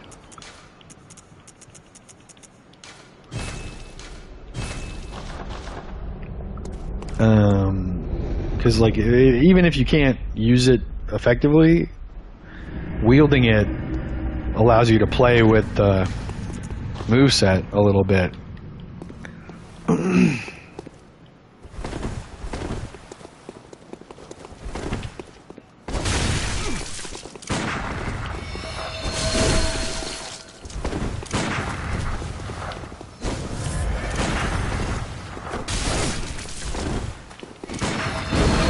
Aha!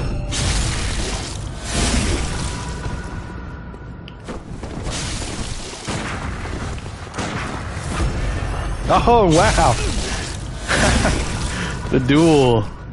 I don't know why I did that. Oh well. Anyway. The dual visceral. That's pretty crazy. I never get those.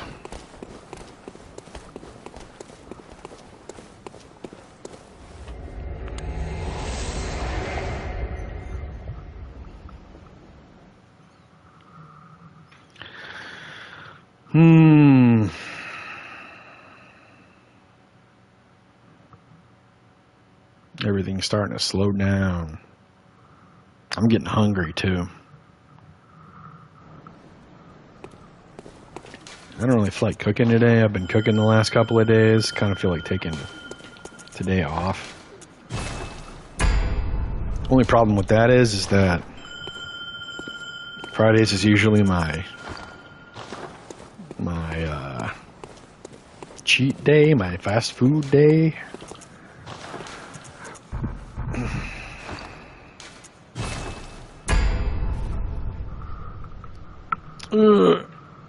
Shit. Goddamn. Oh, ow. Ooh, fuck. Cramping up.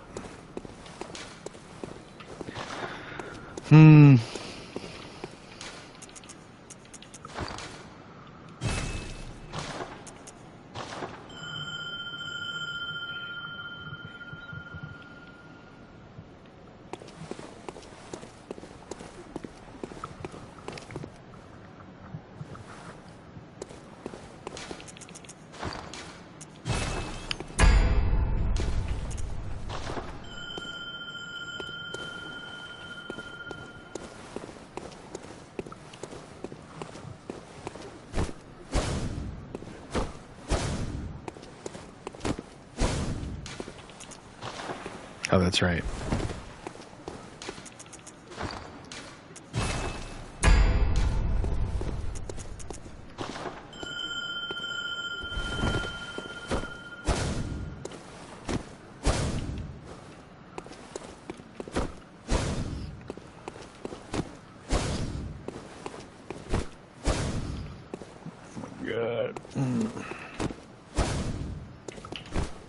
God damn it, I'm trying to jump attack.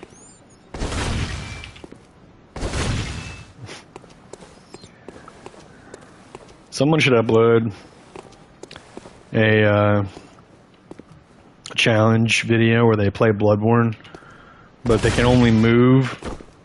Oh, shit. No, come on. Okay, it's not consistent enough. They can only move by using jumping attacks. Fuck. Or accidentally R1ing or R2ing when they try to do a jumping attack. Yeah, you can only jumping attack with an R2, right? Yeah. Because, you know, they have those videos where they're like, I'm gonna try to beat Bloodborne or a Souls game by only using magic. I'm gonna only use guns to defeat Bloodborne, beat Bloodborne in the game. I'm only gonna use shield attacks to beat Elden Ring.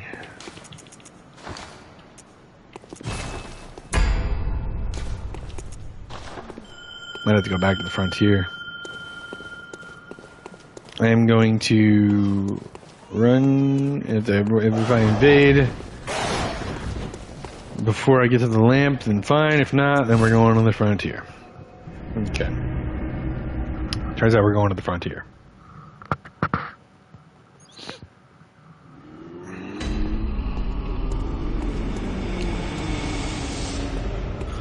Oh man.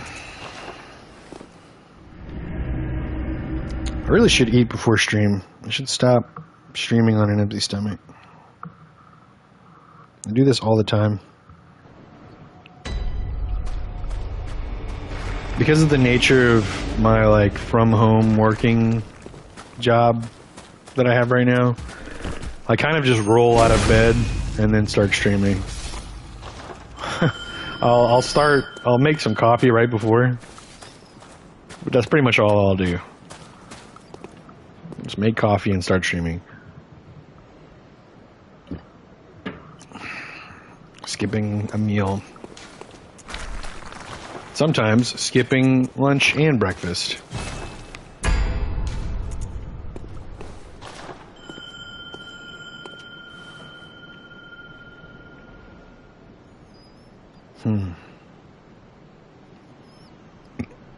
What's the difference?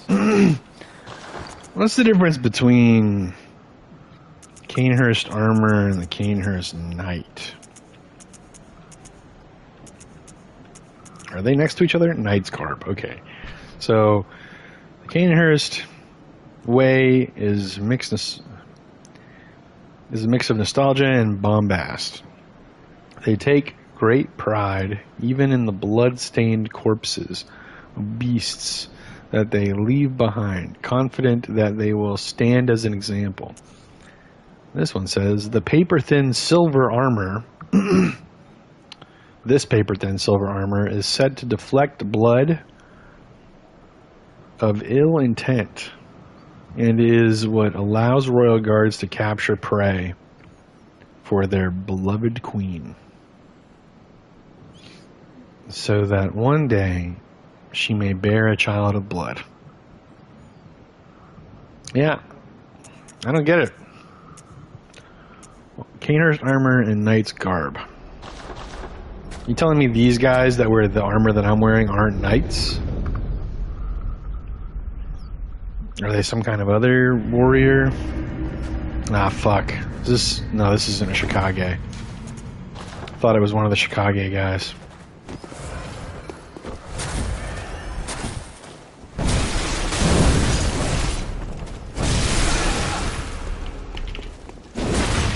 No way.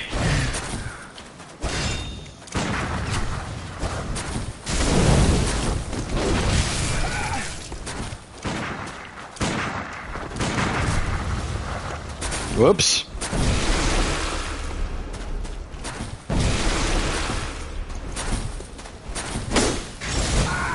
No. I thought we were going to kill each other. Oh well. GG. That was kind of an alright one. Maybe I'll save that. It was like a photo finish.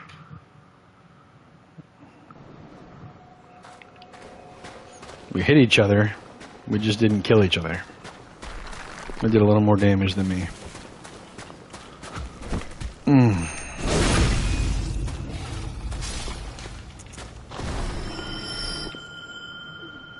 Okay, depending on the activity here, I might end stream early. We'll see how quickly I get invasions. Because I was going to go for 4 hours, but I'm getting pretty hungry. And things were slowing down, although this person and I might be connecting over and over again. Yeah, same person.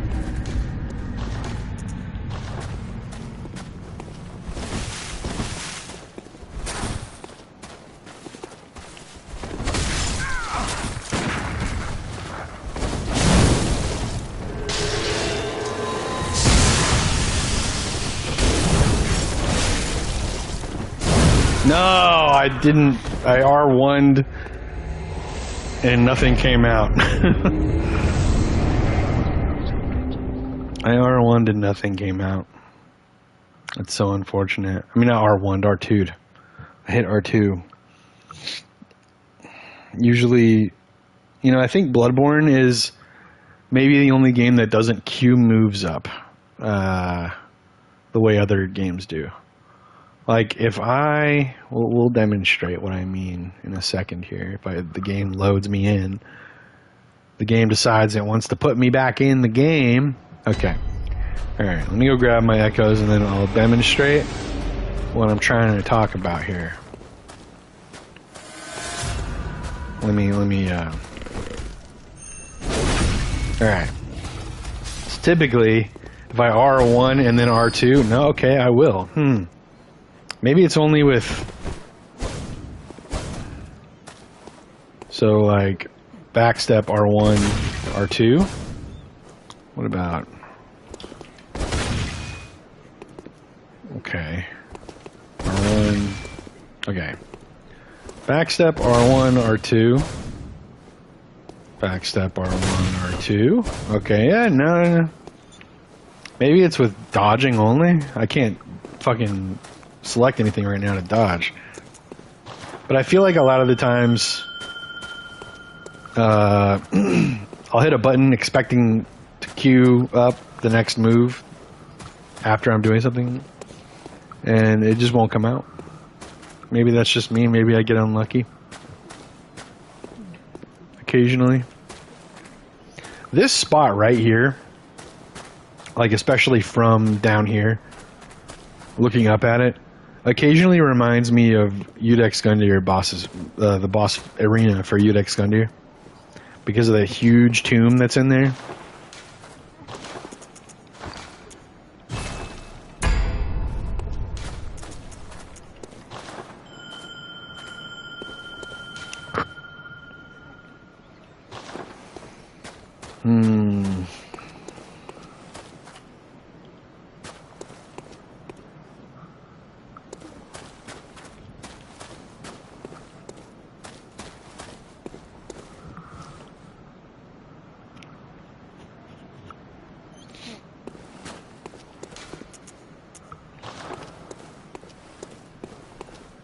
If the next person that invades me or that I invade is the same guy that I just fought twice, I'm going to end stream.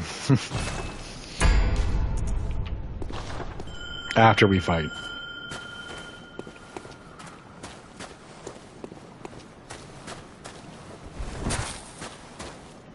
Unless we get someone different, and then I might extend it. Oh god. I'm not gonna lie, like, I'm 50-50. Part of me wants to keep playing, but part of me is like, go make food and eat, you idiot. End stream and go eat.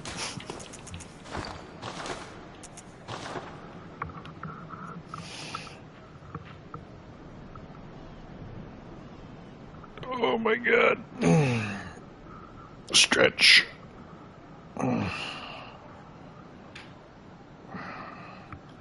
Should I get Taco Bell?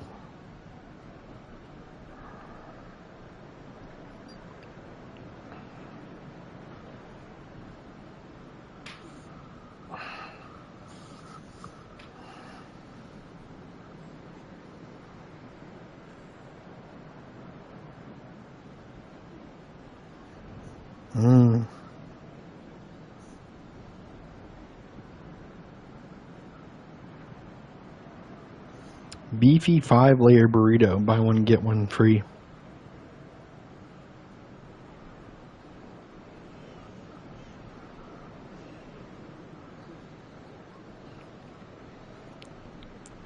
Five layers? That's crazy. I don't think I've ever had the 5-layer burrito.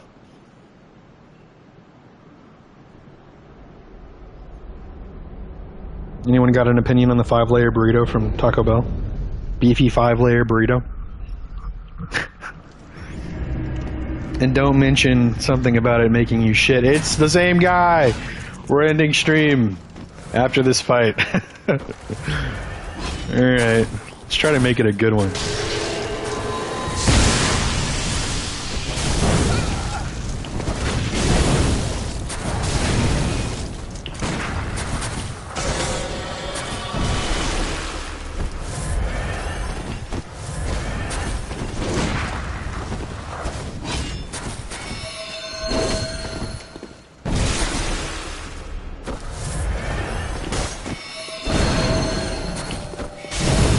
Shit.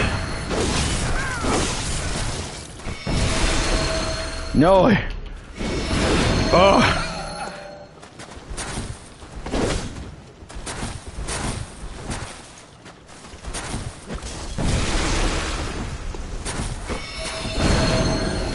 No way.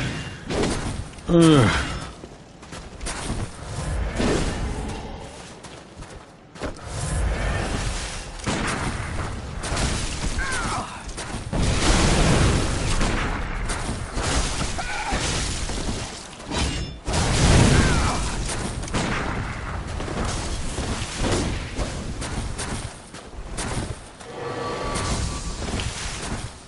No! No! He got the fucking... He got the goddamn, what you call it, finisher on me. Tiny Denitrous, nice. Because I jumping attacked. Find an authentic Mexican food place near you, it's better. Yeah, well, the only reason I said I might get Taco Bell is because there was a Uber Eats deal for it. But it wasn't the one I was looking for, it was a different deal. Alright, I'm gonna kill myself to get bullets back so that next time I come to this character, they'll be ready to fight. Yeah, we're gonna end stream. A little early just because I'm starving and getting kind of nauseous, actually, honestly. And it's kind of dead right now, so yeah. If you guys stopped by and watched live, thank you very much. All viewership is appreciated. In a couple days, I'm going to start Eliza P playthrough, so if you care about that, stick around for that. At 1,000 followers, subs on YouTube, or 20 subs on Twitch, I play Dark Souls 2, or we at least lock in a Dark Souls 2 playthrough. Because I'm only going to play it at a milestone. And then after Liza P, we go back to Elden Ring. So, yeah. Probably going to stream again tomorrow. Definitely going to stream at least once on the weekend. That's it. So,